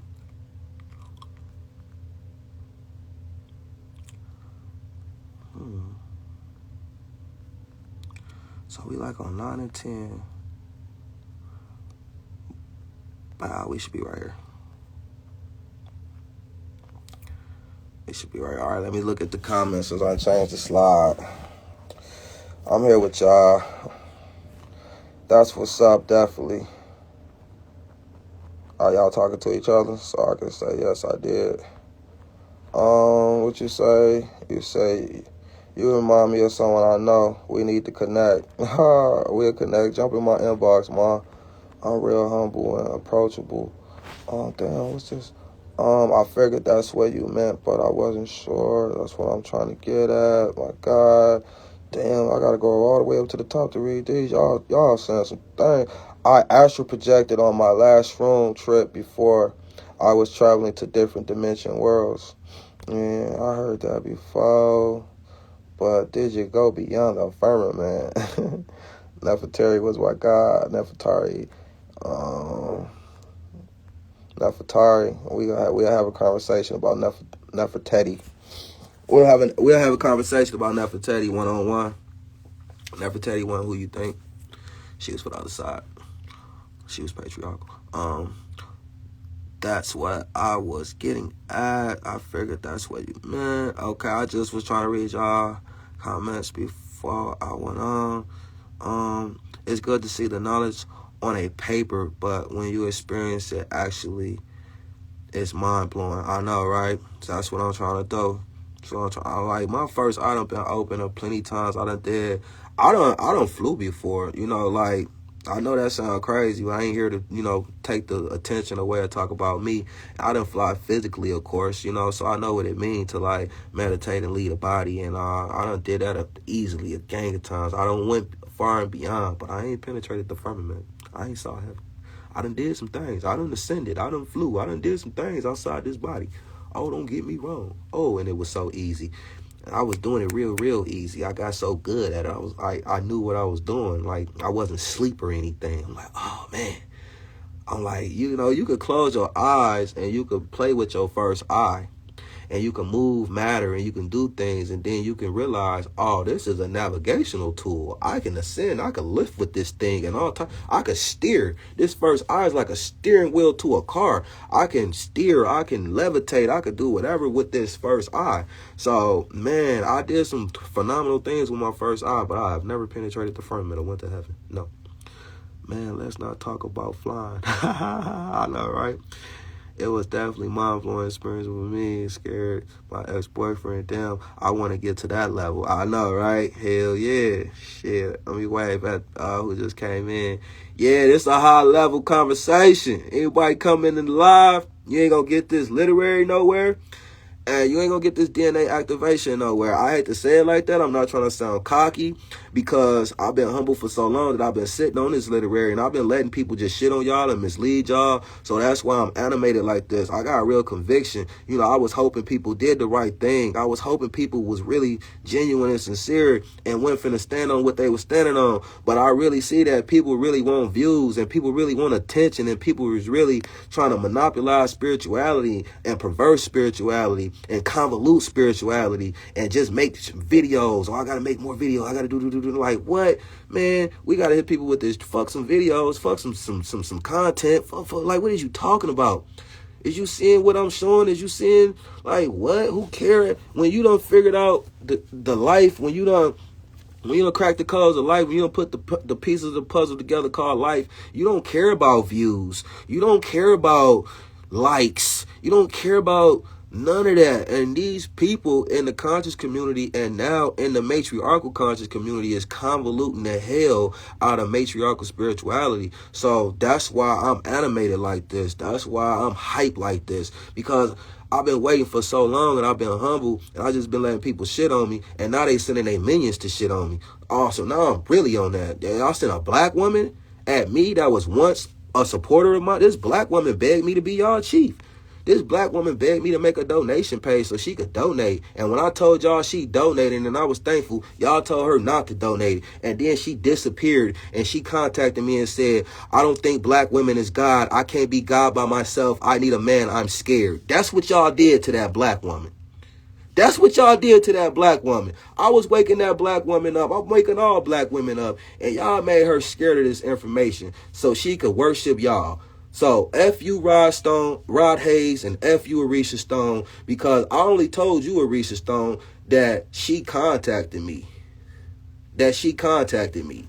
And then, after I told you, she contacted me like, oh, I don't believe black women is God no more. I can't do this. This is too much. That's too much of a responsibility. I'm scared. I need balance from a man and all this shit. Y'all put that in her head because this woman was leaving all type of fan mail and all type of donations and stuff I didn't even ask for. I didn't care for none of that.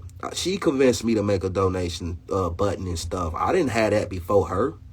I don't ask the people for money. I put my own money into this stuff. I've been doing this social media for 3 years. I have never asked the people for a dime. All these videos that I do is out the money of my own pockets. Everybody around me know that. The return home, I'm hot. Y'all sent that black woman at me, and she ain't even got no fan base or bake videos or nothing. I'm just hot that y'all got that type of energy that y'all holler at me like a G. Why y'all send her? Because y'all know I know the real. The return home, activating the lineage. The journey home is the process of the DNA unfolding. As the seeker recognizes the celestial beacons, the firmament begins to become transparent. The shield that once protected the seeker now becomes the doorway. By tracing the lineage back through the queens of Tasseti and the mothers of Moreau references, the seeker reunites the split fish, merging the physical body with the celestial skin. This is all tapestries of allegories and parables. That fish parable is the lineage of the woman, like we just broke down, and stepping back into the totality of the matriarchal universe. See, that's what I mean.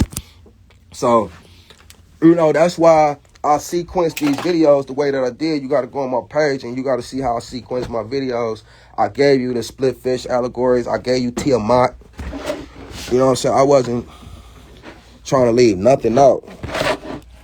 So if you look at my page, that's why I'm in the sequence that I'm in. We have feminine and masculine within us. Yeah. So you say that to say what? I'm confused. You say that to say what? We have feminine and masculine within us. You say that to say what? What up, Ninja Boy? You missed a lot, boy. We've been cooking for like almost 2 hours, Ninja Boy. Where you been, boy? You done missed a lot. We done show how the firmament is a DNA shield, a mitochondria DNA shield. We showing some prolific literary. I'm showing y'all how I decoded the Nubian language, and that's how I'm able to share with y'all this literary that you won't see nowhere else, because ain't nobody trying to decode the Moreau language. So the Moreau language, the Nubian Moreau language, is explaining to us how the firmament is matriarchal refuge. So that's what life is all about. If people ain't trying to decode the Moreau language or find out this information, then they just trying to feed y'all content. Don't nothing else matter. This is it. The gig is up. Patriarchy is up. This all that matter right here. The gig is up. What else is we doing? What else is we really caring about? Rebuilding on Earth? Like, for what else is we trying to do? Okay, we got past that. We trying to rebuild on Earth? Like, what else is it to do when you reading this? Not playing no games. No, I ain't playing no games. They done activated the right one, and they don't mess with the wrong one. I've been humble for way too long. I've been quiet for way too long. And you people know what I'm talking about. I've been quiet for too long. I've been humble. I still been doing my videos, acting like ain't nothing going on. Nah, man. Hell nah. Y'all got life bent. Y'all ain't finna mislead all these people like this. They can do that over there in the conscious community, but not here in the matriarchal community, man. Nah, y'all bugging. Y'all asked me to sell out and everything, and we gonna get into that in the next video, because I got some more shit lined up after this. When I close this out, I'm finna go into some other shit. The matriarchal cosmology, Tasseti, and the Kushite queens. References. The seeker's body is a terrestrial mirror of the sky where the internal energy centers, chakras, function as biological receiving stations for stellar data. Stellar data. Y'all hear that? Biological receiving stations for stellar data. This alignment is the literal homing beacon within your DNA, allowing you to navigate the skin of nut via your own physiology. Somebody hit me with some heart emojis. Somebody hit me with some love, man. I need some love. Y'all see that? Somebody hit me with some love. The alignment is the literal home beacon. So when it's telling you about the star Sirius and it's telling you about the star Orion, these is beacons in the sky. These is signals. These is beacons for us to follow our way home. So that's why the star Sirius is always shining. That's why Orion is always shining. That's why these stars got such significance to them, got such an identity to them. That's why you don't know no other names and no other stars and whatnot, but you know the star Sirius, you know the star Orion. You know, be quiet. What is you barking for? Man. In matriarchal cosmology, Tarseti and Kushite queens, the secrets, the body terrestrial. I think we just read that. Okay, the home beacon. So, number one, the root base and the grounding of the mothers. In this lineage, the root center is the anchor to the body of Tiara. It is the biological repository of ancestral memory. This center resonates with the frequency of the Earth's core, which the matriarchs recognize as a reflection of the deep space origin. It is the safe space where the DNA first took root after fleeing the cosmic storms. Hey, my guy hosting, what name do you like to be called, brother? The handle that you see. The handle that you see, matriarchs, heaven rising. I want to acknowledge your existence properly. Heaven, women make heaven. Women make heaven. That's what I'm going by. Women make heaven. Right on. Thank you for the love and the gratitude. What's up, Aaliyah? You missed a lot too. We've been cooking for like 2 hours. We've been showing some really profound literary, showing how the firmament, showing how what they call to be Antarctica ice wall is really a biological mitochondria plasma shield. It's a mitochondrial plasma shield. And I just showed this, so you missed a lot, but I'm going to post this. And we're going to keep the literary moving. We're going to keep it cooking. But nice of y'all to join. Don't be threw off by the numbers of this page. All these comments and everything that's going on, I'm seeing a lot of people come in here. But IG, I don't know what IG be on with the numbers on my page. I don't know what they be on. I just know that they don't want people to know this information because they shadow ban me. But it's all good. It's all great. Okay, the golden firmament as a biological shield. Ooh. So when we talking that ice wall, we really talking a biological shield. When we talking the firmament, we really talking a biological shield. The golden firmament as a biological shield. While patriarchal narratives frame the firmament as a cage or a limit, the ancient Kushite and Tarseti wisdom views it as the zona pellucida of the earth, the protective outer layer of an egg. This golden firmament was willed into existence by patriarchs to shield their progeny from the evasive energies of the patriarchal conquest, creating a sanctuary where the matriarchal DNA could remain dormant but intact until the time of awakening. Okay, so I'm going to let y'all continue to read that because I believe we had already read this slide. I clicked on the wrong slide. My dogs just came in the house. My brother just brought them in the house, and I don't know what they barking for. It's like thirsty for attention, and it's kind of annoying me because that's what she do. She hear me talking, and she hear my voice, and she just be thirsty for attention. And I'm doing something right now. Like, you get enough attention. Like, what the hell? Let me finish doing what I'm doing. That's so damn. These dogs are so privileged. And she just gonna keep barking like something is wrong. But she just came in the house. Ain't nothing wrong. She ain't gotta use the bathroom. She will not gotta use the bathroom. Okay. The sacred. Oh, that look like that's what that is? No. Oh, that's what I was supposed to click on. I think. It's so hard to change these slides on IG.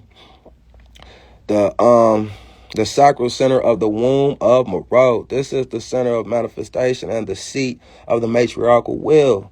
In the Kushite tradition, this center correlates to the fertile waters of the celestial river. It is the internal mirror of the split fish metaphor, where biological replication begins. The matriarchs utilized this center to manifest the golden firmament as a protective shield to their lineage. Be quiet, Zoe. Ain't nothing wrong with you. Shut up and sit down. Lord, and she'll do that for hours and hours and hours just for attention. The solar plex, the internal golden calf. The solar plex is your eternal sun, the golden calf that provides the electrical power to the DNA. It correlates to the center of our solar system, but its matriarchal origin is linked to the broader golden firmament. This center acts as the furnace that refines the blood, making it conductive to higher celestial frequencies. Ooh. Oh, you laughing at me, Aaliyah? Don't laugh at me. I'm struggling with these dogs in the background. I'm trying to read and keep my train of thought, and that's just so inconsiderate and rude. But she a dog. She don't know no better. But I'll spoil her. So she shouldn't do me like that because she gets so spoiled. So it ain't nothing wrong with her. She just ate. She just drank water. I wouldn't have went live if I didn't get her out the way first. So what is she barking at me for? She hear me talking and she think I'm talking to somebody and she wants some attention. And nah, man, you don't bogart attention like that. You laughing at me. What you, I don't know.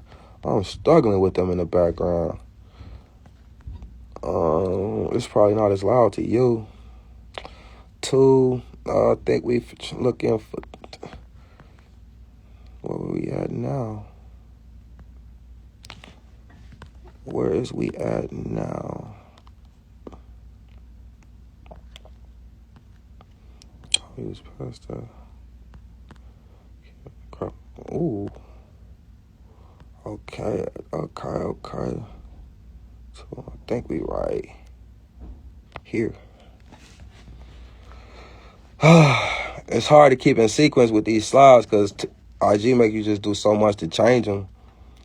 The heart, I still can't read that at the top. Hopefully y'all can. The heart center is the bridge, as stated in the ancient wisdom. The little space within the heart is as great as the vast universe. It is the resonance point for the heart of the mother. When this center is open, it aligns with the center of the galaxy, allowing the seeker to feel the skin of Tiamat as their own skin. It is the primary navigator for the return home.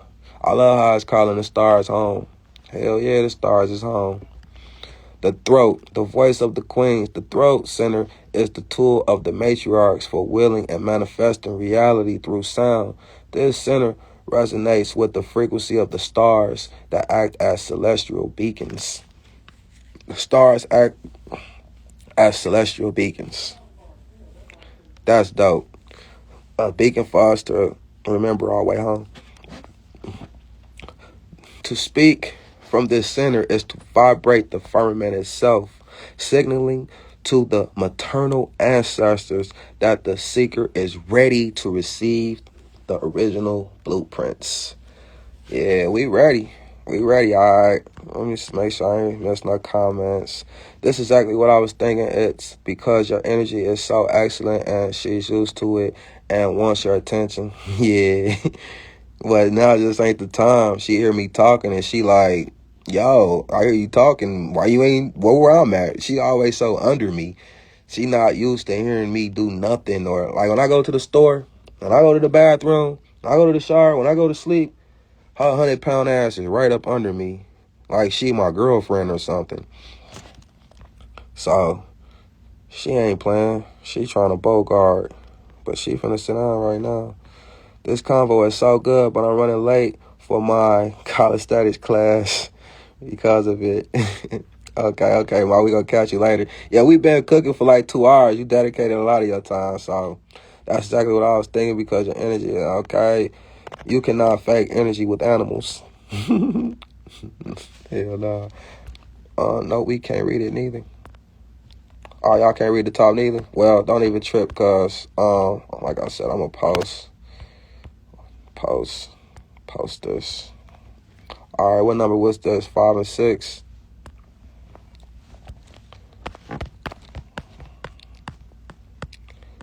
All right. She said this conversation good, but I got to go to the Patriarch. Yeah, they calling me. I know how that be, man. I know how that be.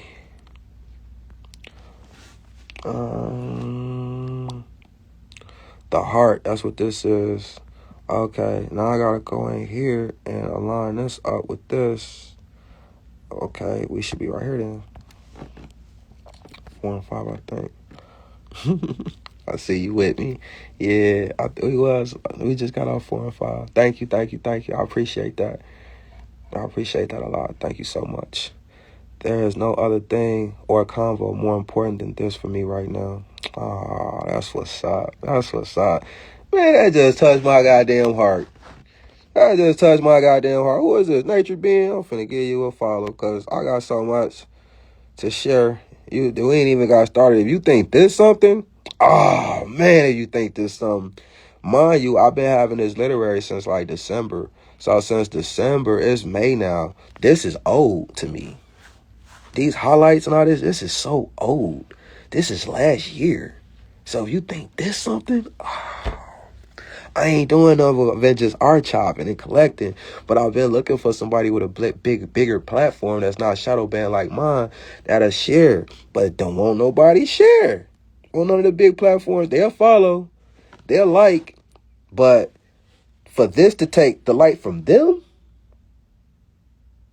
they not doing that. I know if you look at my page and you see any black woman that got over 100,000 followers, I have asked her to share this information. And a motherfucker hit you with a thumb and keep moving. They'll like the comment and act like. And then they had a nerve to ask you why you unfollowed them. What you mean why I followed you? The third eye, the eye of nut. The eye of nut. The third eye. I don't like how I call it third eye. I should have called it the first. It's about the knowledge. People want to make it about them. I know, right? It's about the knowledge and the knowledge only. Just selfish. I know that's just so ugly because listen, I swear to God, I didn't make a social media until 2023 to share this information with y'all. I never had a social media. I just say that to say I'm not nobody that's trying to be seen and heard. I had to be convinced to put myself and my voice in these videos. I didn't want to do this. I had to be talked into doing this. I was just finna hit y'all with the literary and let y'all figure it out. I wasn't finna get this breakdown and all this. A woman had to convince me to do this. So I'm not like these people. I got a real purpose, a cause to give y'all this to swerve. The third eye is the internal telescope. It allows the seeker to see beyond the category, parables, and metaphors used by patriarchs to hide the truth. Y'all see how this shit is talking? Do y'all phone talk like this? You can only get your phone to talk like this if you decode the Nubian language. The Nubian language is still left undeciphered and a mystery to this day. If you Google the Nubian language, it's gonna tell you that the Nubian language is undeciphered. So if y'all wondering where I get this shit from, how the hell is this shit? Where you get these slides? How you get this information? Because I decoded the Nubian language, and I've been asking other matriarchs to decode the Nubian language with me, and they wouldn't. They left me stuck. So it took me longer than expected, but I did, and that's why my phone can talk to me like this. This center aligns with the North Star and the circumpolar stars, those that never set, symbolizing the eternal presence of the matriarchal lineage. So the firmament is all about preserving the lineage of the matriarchs. That's why the firmament was made, to preserve the lineage of the matriarchs. All through the Bible, the biblical patriarchs is eradicating, exterminating, erasing the lineage of the woman. All through Babylon, all through canon. You start with the Bible in canon, you end with the Bible in Babylon. You start with the Bible in canon, the goddess Azra,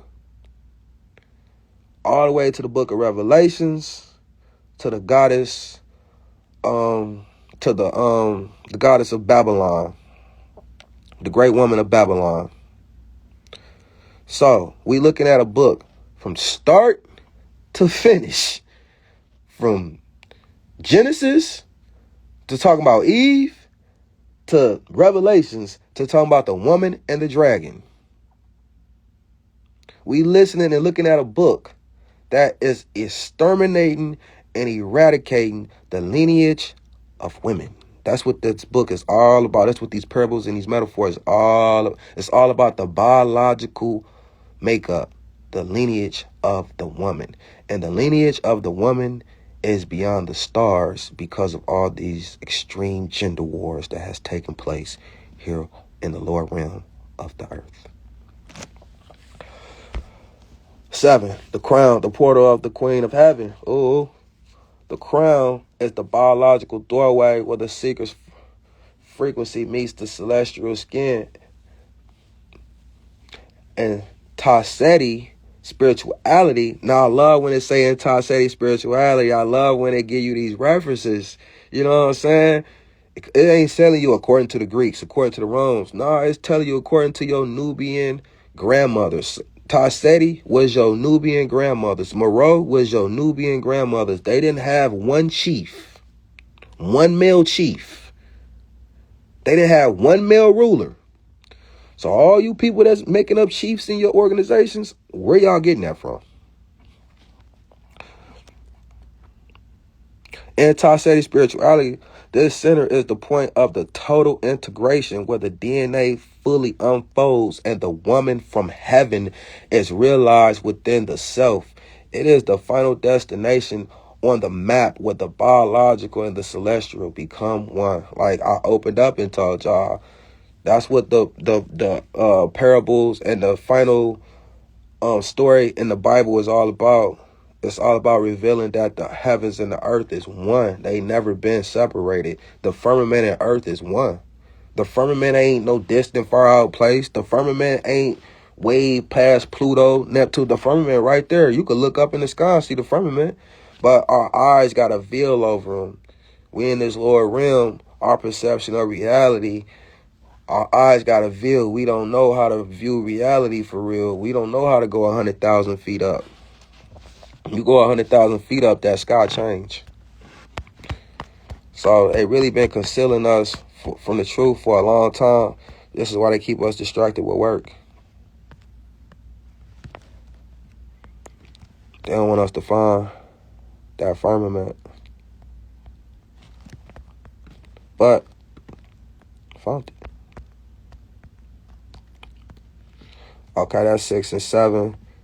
Let's go to 8 and 9 is what I should be looking for, right? Celestial beacon. The eye of no, that ain't it neither. Damn, why is all that like that? Okay, 1 second, y'all. Cause I don't want to miss nothing. 6, 7. I hate that they made me do all this to change the slide, but I think we should be right here. Alright, that's the best I can do. The matriarchal lineage is grounded to the body of Terra, the earth. This is the lower half of the no. See, we just read this. Matriarchal lineage to hide the matriarchal tree. The metaphors attempted to sever the seeker's direct biological link to the divine mother. However, the DNA does not recognize parables, recognize frequencies. Yeah, we just read that. All right. This would be discouraging me from going live all the time. I want to go live with y'all way much more because I got so much symbolism and literary just like this to share. But it's so hard to change your slides in a live. So IG need to enhance this feature because this feature is so outdated. I feel like I got to do something from the 90s. Just to change the slide. I can't even see what slide I just had up. I'm in the right. The crown of heavens. I'm in alignment. Okay, then I guess we... Okay. That's why. Got you. I was looking for number 8, but that was the end. Number 7 was the end of that scroll. So Okay, start over to number 1 again. Okay. Thanks, women make heaven. Your commitment is very strong towards cause. They will reward you. Yeah, I know. I feel the same way. Thank you, brother. I really appreciate that. But it explains a woman that will protect us until she gives birth. And once it starts, no one can stop it. Yup, I heard that. That's so true. Those that are supposed to find you will. Yep, and that's what I always said. I never been tripping about people finding me, you know what I'm saying, because I always knew that this was just going to resonate with a small, certain few, and then the rest will follow. You know, like 88% of people are going to follow this. It's going to be a small number that be like the initiators that actually do it. So I was never really tripping on. I want the message to get out nonetheless, don't get me wrong, but I also want to build that collective consciousness, that team of collective to where we really do this. We go into goddess temples, we recite the Meroitic script, we watch that motherfucker open up, and we watch the waters open and all this shit. Like, this is all about the goddess temples, y'all. This is all about reading the melodic language, which is a vibrational language inside the goddess temple, and then that goddess temple acting up and becoming an ascension chamber. All goddess temples is ascension chambers to the firmament. So the whole world ain't going, but it's going to be 10, 12 that want to do this.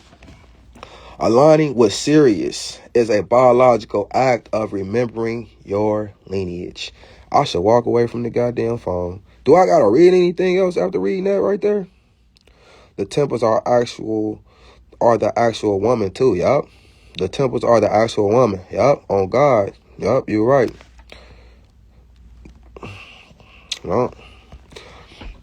All right, I ain't missed no comment. None of y'all, what y'all saying? Aligning with Sirius is a biological act of remembering your lineage. This is real matriarchal information right here. As the matriarchs of Tasseti understood that this star functions as the spiritual sun and primary beacon for the Nubian bloodline. What? Let me reread that. I'll chop the screw that up. Let me read that for what that is. Mike Will ain't make this. Let me read that for what that is. What? I chopped and screwed that. Let me read that right. As the matriarchs of Tasseti understood that this star functions as the spiritual sun and primary beacon for the Nubian bloodline. It's a beacon for the Nubian bloodline. That's what I told y'all. Told y'all we was going to get the cooking. I told y'all we was going to build up to this. What the hell? What you mean? It's a beacon to the Nubian bloodline. I'm there. What is we doing? What is we doing, Arisha Stone? Why are you convincing people to rebuild? Why are you, who did you rebuild what? Where? For what? Why? Who done convinced y'all that y'all got to fix patriarchy? Who done convinced y'all that y'all got to knock down all these telephone poles and bust up all this concrete and rebuild? Ain't our people been slaves long enough? Nah, it's time to leave America. It's time to leave patriarchy, all this behind. This is a demagnetized matrix for a reason. We ain't supposed to have to fix this demagnetized matrix. This is a demagnetized matrix for a reason. We supposed to ascend, basically. The goddesses left ascension symbolism to ascend, not rebuild. The setback alignment visualization, grounding in tiara. Begin by visualizing your root center as deep red anchor extending into the iron-rich soil Kush. Feel the body of Tiara beneath you, providing the physical density required to hold the high-frequency stellar light. Number 2, the now within the spine. So it's basically, number 1 is basically saying the ground, the soil, the rich ore, the rich iron from the soil in the ground is in your blood. Everything about the magnetic earth, all the elements is in your blood. So when it's saying iron-rich soil, it's talking about that being in your blood. When it's saying the body of Tiara beneath you. Then number 2, the now within the spine, visualize a silver blue river of light, the internal now rising from your base through your spine. This is your DNA lineage, the split fish be coming back together. So all my people that understand the split fish allegories in the religions, the split fish allegories all go back to women's DNA, women's lineage, because the fish parable and the DNA, the fish represent the double helix and the shimmering of the stars and all these parables that fish have. And this was a way of hiding the truth, or putting it in allegory and whatnot, parables and whatnot. That's why, you know, Jesus is all through the Bible splitting fish and all this other stuff. Number 3, the solar uterus activation. Ooh, the solar uterus activation. Focus on your sacral center. See it as the womb of Moreau, a golden pulsing spear. Command this center to expand, creating a local that filters out the external patriarchal noise. Yeah, hopefully y'all can read that. See, I was looking for number 8 and 9, but that started over at number 1 and 2 and 3 and 4. And I ain't know that. So hopefully this next slide should be easy to find, because I'm scrolling through 100 slides to pick back up where I was left off at. And that's kind of hard to do. I screenshotted 100 slides for y'all. And I got 6,000. Well, I got like 8,000, but I got like 6,000 I'm going to share with y'all. 6,000 screenshots of this information right here. So when I tell y'all I decoded the Nubian language, I decoded the Nubian language. 712, we definitely should be right here. From your body, shield, patriarchal noise. Oh, that's where we at. I want to get all of us familiar with the firmament. I want to get the firmament in our conversation. You know what I'm saying? And, you know, it's just dope because it give us like a tangible of heaven. It give us hope. It give us all type of things. It give us answers. You know what I'm saying? And when we read about the firmament in all these religious context books, the firmament is called heaven. I don't care what religion it is. It's the firmament is called heaven. The Christians call the firmament heaven. The Hebrews call the firmament, especially the Hebrews. Everybody in religion call the firmament heaven. I don't care. You can close this live out right now, and you can open up a Google page in your phone, and you can access the firmament heaven. And from a patriarchal definition, you're going to get yes. Anytime we got to know, anytime we ask our phone something, people, if we don't ask according to the matriarchs, we going to get a patriarchal definition. And that's why all of us really lost and don't know shit, because we don't know the matriarchs to ask according to the matriarchs. But when you know the matriarchs and you asking you these questions and whatnot, you will get a different answer. But if you just go in your Google, or if you go in whatever you mess with, ChatGPT, I don't mess with ChatGPT. ChatGPT is the government. I think the government own them. They bogus. They bodine. I've seen all type of misinformation pop up on there. I don't fuck with ChatGPT. In the least. Says the womb. Bro, let's go to number 4. The Stargate. Shift your attention to the third eye and crown above your head. Visualize Sirius as a brilliant star. I don't think I like these slides. We're going to get some more juicy ones going on. The silver core connection. Imagine the beam of sapphire light descending from Sirius, piercing the golden firmament, the voice, the queen, heart of Sophia, biological rewiring, the silver cord. Feel the sapphire light travel down your heart. Oh, forget all that. Forget all that. Forget all that. Let's get to it. I might skip past them. Get to the good stuff. I only want the good stuff. We only want the good stuff. So feeling allows uterus. So feeling. Oh yeah, we definitely should be right here. Biological markers. Should we see what this is talking about? So, let's go here. When the frequency of the Sirius star penetrates the golden firmament and reaches the seeker's DNA. When the frequency of Sirius penetrates the golden firmament and reaches the seeker's DNA, it acts as a biological master key. In the matriarchal Kushite tradition sources, these are not abstract concepts, but light codes, chemical and electrical shifts within the blood that rewire the instructions of the self. Rewire the instructions of self. I can't move this now. These keys unlock the archives hidden within the skin of Tiamat and allow the seeker to bypass the patriarchal filters of the physical world. So I hope y'all know when they say the skin of Tiamat, that's the parable of the firmament. They talking the firmament. The key of the incorruptible Moro. The first code unlocked is the deep Moro resonance. In the Tasseti tradition, the bones are the pillars of the sky.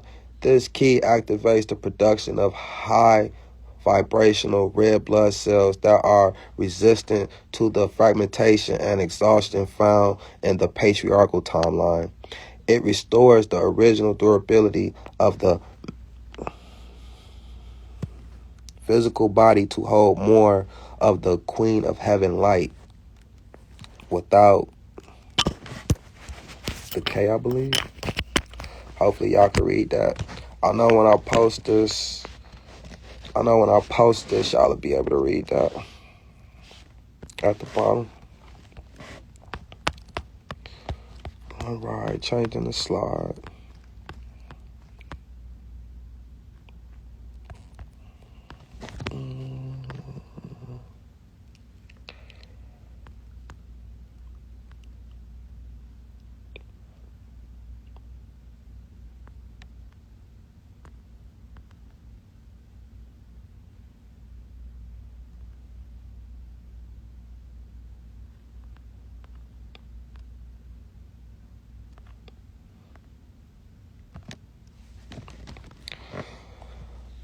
This key unlocks the ability to perceive the original blueprints behind language. The seeker begins to hear the true meaning of the celestial beacons. The parables and categories used to hide the matriarchal tree dissolve, and the seeker can find the body of Sophia as if it were a direct script.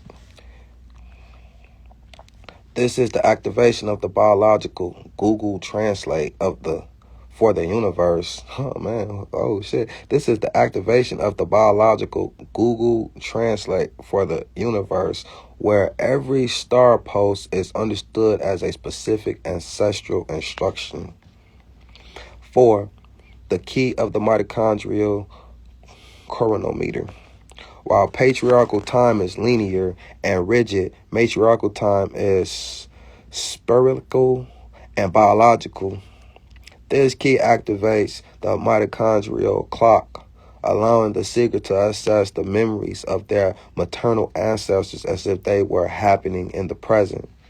This is the safe place the woman fled to. In Revelations, we was talking. Remember we was talking about that in Revelations? This is the safe place the woman fled to, the internal sanctuary where time does not decay. The lineage, you become a time walker within your own bloodline.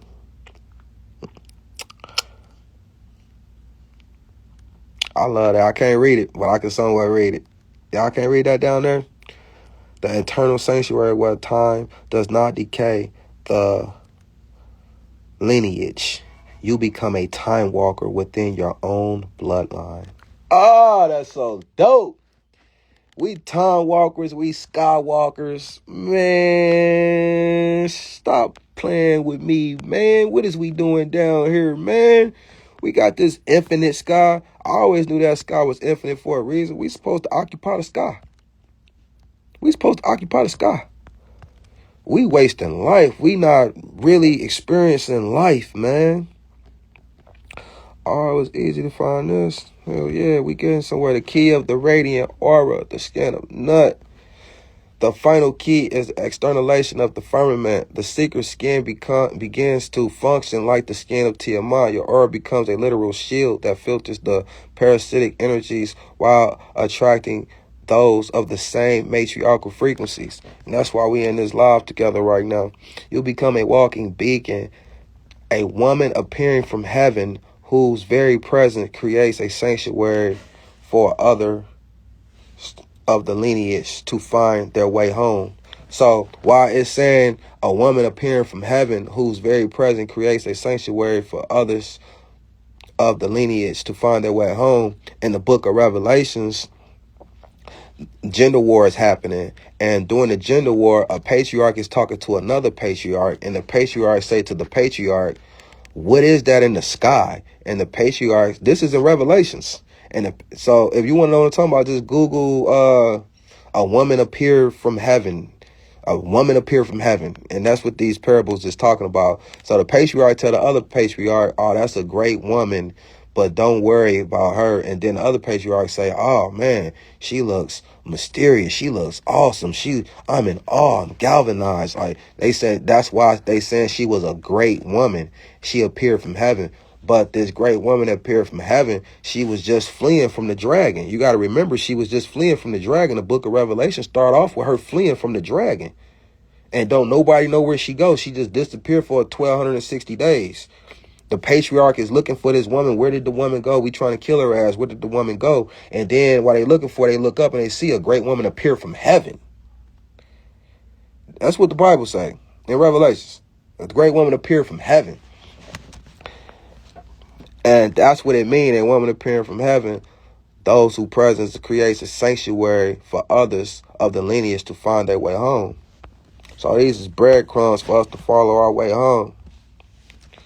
The intricate picture of the star DNA. The blueprint visualizes a double helix as the two intertwining serpents made of liquid gold and sapphire milk. So when we talking the serpent and when we talking any type of parables that's pertaining to serpents, any type of like the snake spoke to Eve in the garden, the snake speaking to Eve in the garden is the matriarch speaking to Eve in the garden. The snake represents the woman double X helix. The woman's double X helix formed like a snake. So they not talking like in layman. The entire book is talking in parables. And it's not for the layman to decipher, to understand. The snake speaking to Eve was the matriarch speaking to Eve because the snake was a matriarchal symbol. The matriarchs were the Uranus or the snake on a crown wear. Whenever people saw the snake on the crown wear, whenever you see the Egyptian goddesses and you see that snake, that was a logo. That was a symbol of matriarchy. You know how Chicago got the Chicago Bull logo, the bull for a logo? You know how the teams have logos? Okay, the snake was a logo for matriarchy. Anybody hear me? Anybody hear me? The snake was a representation of matriarchy. So it's saying that the matriarch spoke to Eve in the garden, not an actual snake talking. These are all parables, people. That's what I'm here for. I got you. I just look young. I'm not young, though. Okay. I'll see you, Aaliyah. Say that then. Let me know you're here with me, Queen. I'll see you, Queen of Zealand. Okay. Let me know y'all here with me. Yes, sir. Okay. I'll see you, homeboy. Let me know y'all here with me. You know I ain't talking to my camera feeling like a weirdo. Aaliyah, you still here, Aaliyah? I know I got your interest if you still here because you a busy woman. I'll be watching your timeline. I'll be like, she is a busy woman. Thanks for joining, Aaliyah. Thanks for all y'all joining. And damn, you still here too, Queen of Zeal. But you said this is what you for. Yeah, okay. I'm tapped in. Nurtured, blessed. Say that then. Say that then. Shit, so you gonna give me a shout out. Nurtured Blessings. What's up, Nurtured Blessings? What's up, Queen of Zila? What's up, Aaliyah? What's up, all y'all talking about you're not a weirdo? Hey, I was just talking. I know I ain't no damn weirdo, but it's hard for me to do this because I'm talking to a camera and it ain't talking back. It ain't like I'm talking on the phone. I'm talking to a camera. So this is why I don't be going live, but I got to get out of that, man, because I got to give y'all this information while I can give it to y'all. Okay, so we have 5. We finna go to number 6. Let me go through these 100 slides and find number 6. I gotta go directly to number 6. All these 100 slides, but it's not really too discouraging. You know what I'm saying? I'm built for this. Okay, it look like the numbers might start over, so we not jumping out of sequence, y'all, because the numbers is finna start over. The intricate picture of the star DNA, the blueprint, visualize your double helix as 2 intertwining serpents made of liquid gold and sapphire milk. That's what I was just explaining. These nodes, and anytime you see nodes, it's speaking of magnetism and electricity. Nodes is electric. So, yeah, your double helix. Oh, man, don't get me started about the woman's double X chromosome and double helix. Oh, man, that's why men labeled y'all supernatural. Men labeled y'all witches. Y'all got some abilities y'all don't even know. And I've been having women contacting me and showing me these abilities. Y'all coming into y'all abilities. That's why patriarchy is falling. They can't demagnetize y'all for too much longer because the magnetism of the earth don't roll since 2020. And that's why they came with this corona cover-up. Them people dying wasn't about no virus and all that. Now, the people did die from the damn vaccines, true enough. But the overall virus, no, that was a cover-up. The magnetism of the earth is rising. And a lot of white people, a lot of black people, a lot of people, they not going to make this frequency shift. This frequency vibrational rise in the earth magnetism. You got to be in tune, tapped in with the great mother like how we is now. You got to not be eating meat. You got to be in tune with nature. If you ain't in tune with nature, your ass is finna die. That's just as simple as that. Out with the old, in with the new. If you ain't contributing to Mother Earth, Mother Nature in a good way, your ass is out of there. She ain't having that shit no more. She cleansing her earth. We in what they call the Aquarius age now. We in what they call a spiritual awakening. We just in a different light spectrum. Since 2020, the magnetism of the earth has risen. And a lot of people not going to be able to take that magnetism, that frequency, that energy. We not black. We magnetic. White people, y'all not white. Y'all too is magnetic. Y'all got to get back in tune with nature. We all come from one race, the mitochondria DNA. You divide and conquer when you tell them people they white, them people they brown, them people they yellow. I am a natural element. How the hell do I get denounced to a color? I am not a color. I am walking and talking magnetism. I am walking and talking fire. They call me an Aries. I was born in April. Okay, I'm walking and talking fire. I am a natural element in the physical flesh that wanted to have a physical experience. I am fire. I am not black. I'm an element. You get it? So this is why we can get back tapped in with these elements. This is why we can traverse the universe, because we are the universe. We are the elements. You only can trick people to not think that they not skywalkers and that they not tapped in with the stars in the universe if you denote them and denounce them to just being Chinese, just being black, just being Ethiopian. What is that? If I call myself African, I'm naming myself after a colonizer. I am deeper. My ethereal, this in me is older than some What is African? This isn't African. This is an element. This ain't called African. I don't know no element called African. I don't know no element called white, called European. We have to give the patriarch back these denouncing and denoting definitions, and this will change our perception of reality. We have to stop identifying as Mexican, as Latino, as Brazilian, what is that? That's you claiming the colon, that's you claiming the man's lineage. That's you claiming man's lineage. You said African. Okay, Africa was conquered by a man called Africus. The first foreign colonizer of Africa was called Africus. This is why African Americans is called African, because they named after the colonizer. You get it? So, if the colonizer can detach us from identifying with being earthly elements, then yeah, we don't think we can go do no earth, no galaxy shit. We think that that's gas, and we think that that's like after like we don't think we can correlate with that. I can't go way up there. My head a bust. I can't go way up there. I won't be able to breathe. I can't go way up to the sky. I'm going to lose oxygen. You are the oxygen. You are the sky. You are the universe. You are the stars. You are the stardust. We got stardust in our biology. How we can't go to the stars? If you got stardust in your biology, how you can't go to the stars? Everything is, yeah, y'all, okay, that's, oh, shit, y'all see y'all going on, okay, let me keep going. I don't see nobody asking no questions. I just see y'all showing hella love. Okay, cool, y'all showing love. All right, cool. So I had a lot of people, or a few people yesterday that I couldn't keep going. I had to stop to answer questions. So I like when I can keep going. I don't mind answering questions, though. Okay, I'll take it y'all done read this since I've been rambling.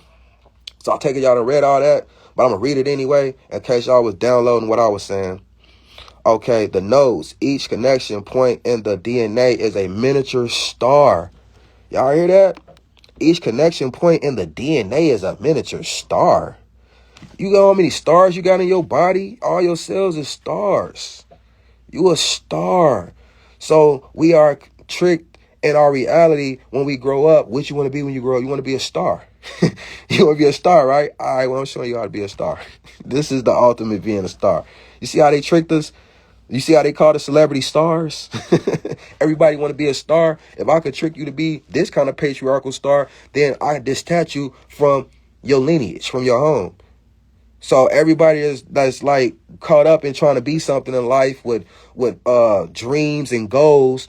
If the patriarchy give you a dream and a goal, they take your will and your purpose away. Your will and your purpose is to make it to your lineage, to be a real star, to be amongst the real stars. But the patriarchy done convinced everybody, no, come be a celebrity star. Come be a star, entertainment star. Come tap dance for me. Come sing for me. Let me watch your starly ass perform. Let me be galvanized. Let me look at you be a star. I know you a star. I see your stardom. You don't know this shit, so you get on this stage, and while I know you a star, I'm going to watch you perform and be a star.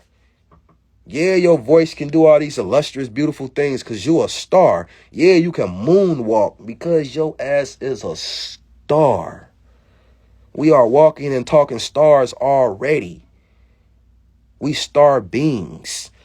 All those literaries say that we come from the star Sirius, that the Kadakis, the Queen Nubians is waiting for us to return home to the Sirius star. This is why the pyramids of Giza is aligned with the stars of Sirius, because the pyramids of Giza serve as a launch pad. And I'm going to show y'all that, a launch and a landing pad for us to connect with the stars. So when we go to these goddess temples is aligned with the stars for us to ascend. And these goddess temples is ascension chambers. They serve as wombs, as portals. And when we incant certain languages like the Meroic script, when we say these languages, we incite, we activate, we trigger these goddess temples, these chambers to open up. All these goddess temples, if you look at the goddess temple of Hathor and all these other goddess temples, is literally telling you that they got secret chambers. These secret chambers, nobody know what's in them. Nobody talk about the goddess temples. Everybody is going to the pharaoh temples. Don't nobody show you what's in the goddess temples. And this is why. What'd you say, Aaliyah? Profound Gus. What's up, Profound Gus?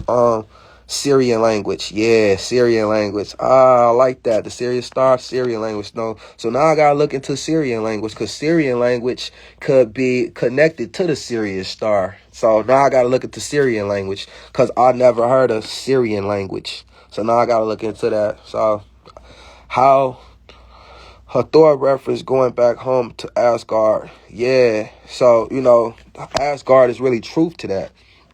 Asgard, Midgard, The Norse cosmology, this is all matriarchal. Asgard is matriarchal.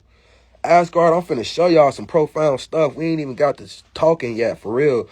Because Asgard, when we saying Asgard, we really talking about people who was protecting the firmament. When we talking about David versus Goliath, we talking about David protecting the firmament. I'm finna show y'all all this. Like I told y'all, I've been sitting on this literary since last year. I ain't been doing nothing but building. I'm not nobody that's gonna learn something and then run tell y'all.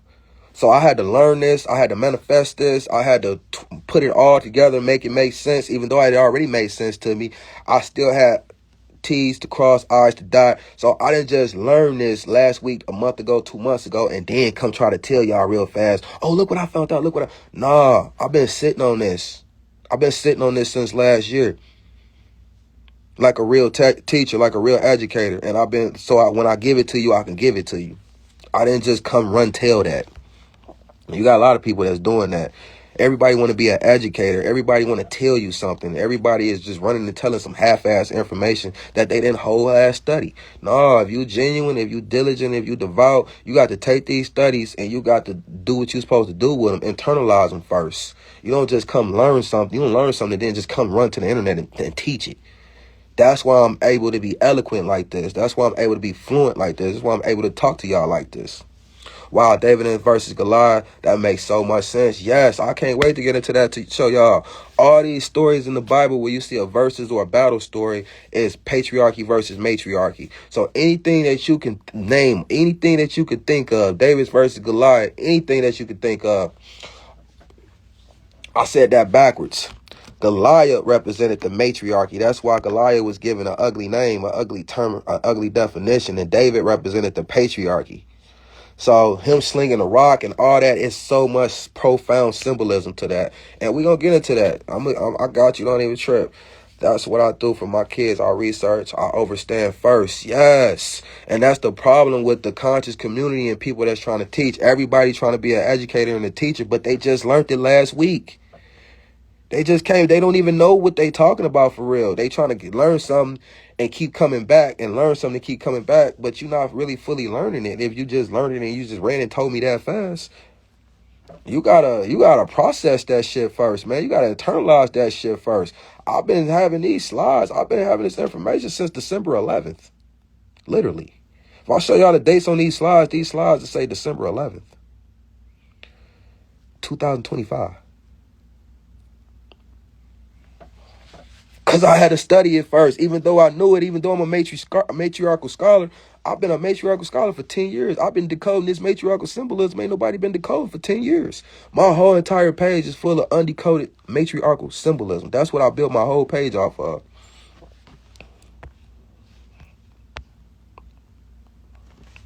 All the parables, Jesus' ascension, the rapture, the Christ consciousness, it all mean this. The envelope around the DNA is a shimmering violet membrane. The body of nut protected the information from the dragon external interference.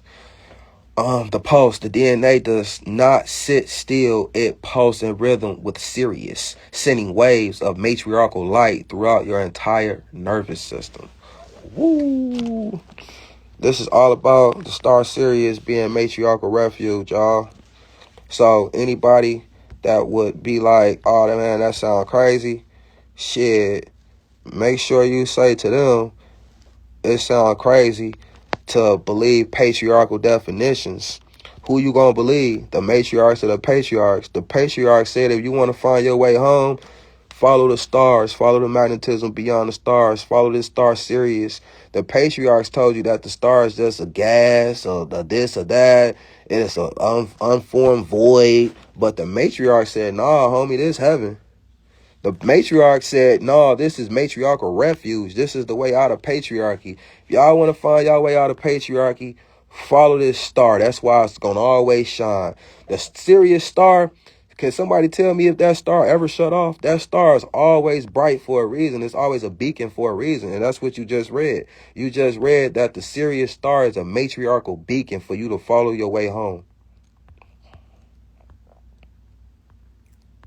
So we can't let these patriarchs no longer give us our definition of our reality. We got to get them their definitions back, and our perception of reality it change and shift. And we've been cooking for a minute. So I appreciate everybody who been giving they devout attention, because you can run and tell this information. You can run and spread this, you know. And I ain't saying it like that's what I'm anticipating you doing off the bat. But yeah, we got to spread the real matriarchal information. And that's why this information is referencing the matriarchs. It's referencing Nubia. It's referencing Kush. See Kush right there. It's referencing the matriarchs. It's telling you who said all this. So again, none of this is my interpretations. No, I don't do books. I've never read a book a day in my life. I hate books. I ain't attained none of this symbolism through books. Ain't none of this gonna be found in no book. Symbolism speak 1,000 books. A book speak 1,000 words, but symbolism speak 1,000 books. All books is patriarchal. Now, you got some matriarchal archaeologists like Maria Gambudis. I love her books. I love her archaeology finds and whatnot. Anybody that's like a matriarchal scholar or whatnot, I have read somewhat, but you got to understand, we don't have no real matriarchal books that go back to the matriarchs of the continent of Africa, like what I'm showing you, the Kushites, Tarseti, Nubia, Nakwita, Meroe, Napata, Naphtaliya, Anatolia. We don't have nobody that's breaking this down that don't put this in the book. You know what I'm saying? So, nah, and the patriarchs made the books. The men made words to dilute the symbolism. So the real books is the symbolism. The real books is the symbolism. The matriarchal symbolism. I will buy and read all those slides in a book. I know, right? I mean, do you put your info in books? Twinkle, twinkle, little star, how I wonder who you are. You've been clowning this whole time, Queen. Man, you done said some things that just made my DNA flare up. Like, cause I had a twinkle, twinkle, little star like that analogy too, but it was a different song. I think it was the Star Spangled Banner or something. When I was reading about this, I was like, damn, that's why they said, and you just did that too. That's so crazy. But yeah, R13s, I definitely had thought about putting this in a book, but the thing is, I just need a sponsor, man, because I'm not doing nothing for monetary gain. I'm not trying to charge people for nothing. If I make a book, it's going to be for free. So I need a sponsor that's going to, sponsor that, you know what I'm saying? Or I will make the money myself and do it, you know what I'm saying? I don't want no proceeds. I don't want no money from nobody, because I'm not trying to keep patriarchy alive. I want patriarchy to fall. I'll be a contradiction. And, you know what I'm saying? I've recently asked for support to help with this content of these videos, but y'all see I'm sincere. Y'all see I'm for real. And I'm going to show that the proceeds go to the videos, but it's just been hard. I don't do that. I don't like mixing the two. So I don't know how to ask for money, and I need help with this stuff. And nobody around me, my family blackball me. My mama don't like me. Nobody like me because of what I'm sharing and what I'm giving. And I don't talk it with them. I haven't said nothing to my mom about this information since 2016. I don't talk with my mom about this. But, people, you the black sheep of the family when you different and when you got a light that people can't absorb. My light shine bright and people can't absorb my light, and I understand that, so I keep my distance. I don't shed light on nobody. I don't talk to nobody about nothing informational. I dumb myself down and I wet with people. I talk with people on their frequency. But, about the book, though. The book, yeah, that would be a good idea to put in the book. I'm just saying, man, I need some support. And ain't nobody supporting me. This shit is hard. I'm like, what I'm doing on my phone, fighting with the technology, no storage, no data, no this, no that. I got warrants. The patriarch looking for me, want to lock me up in the county. Man, I got things going on, buddy. Oh, I got things going on, but I need some help. I need a real matriarch in my life, because I'm really a good dude. I ain't got no kids. I ain't got no bag. I ain't got nothing going on, man.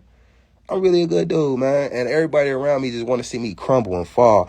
Do you know I got kinfolk, I got like brothers, kinfolk who have told me you would die before you put that information out. Damn, you want me to die before? Like, what type of jealous shit is like? What is that? Like, for real, man. I don't got people around me want to see me win. And I want to put this in books. And it should have been in books. I want to do so much with my page, but I'm man down right now. I don't want nobody help me, man. I'm just being honest, man. I'm the only one that's trying to help people. And people see me trying, and people just like, they just let me do it on my own, man. So I don't deal with nobody. I ain't got no women friends. If you ain't on this type of time, got nothing for you. So it say that this live, I got 45 seconds remaining in this live. So what I'm gonna do is let these 45 seconds run out, and I think we got like 10 more slides to read, and I got some more for y'all if y'all want it. Cause like I said, I got over 6,000 slides of this. All we just looked at was like a mere 60. So if y'all want some more, I ain't asking you to hit no donate button. All I'm telling you is I'm finna close this live out. And I'm gonna open it back since we thugging. Since y'all here with me. Since we on that same frequency. We on the great mother frequency against the patriarchy. I'm gonna close this out. 4, 3, 2, 1. Come back in.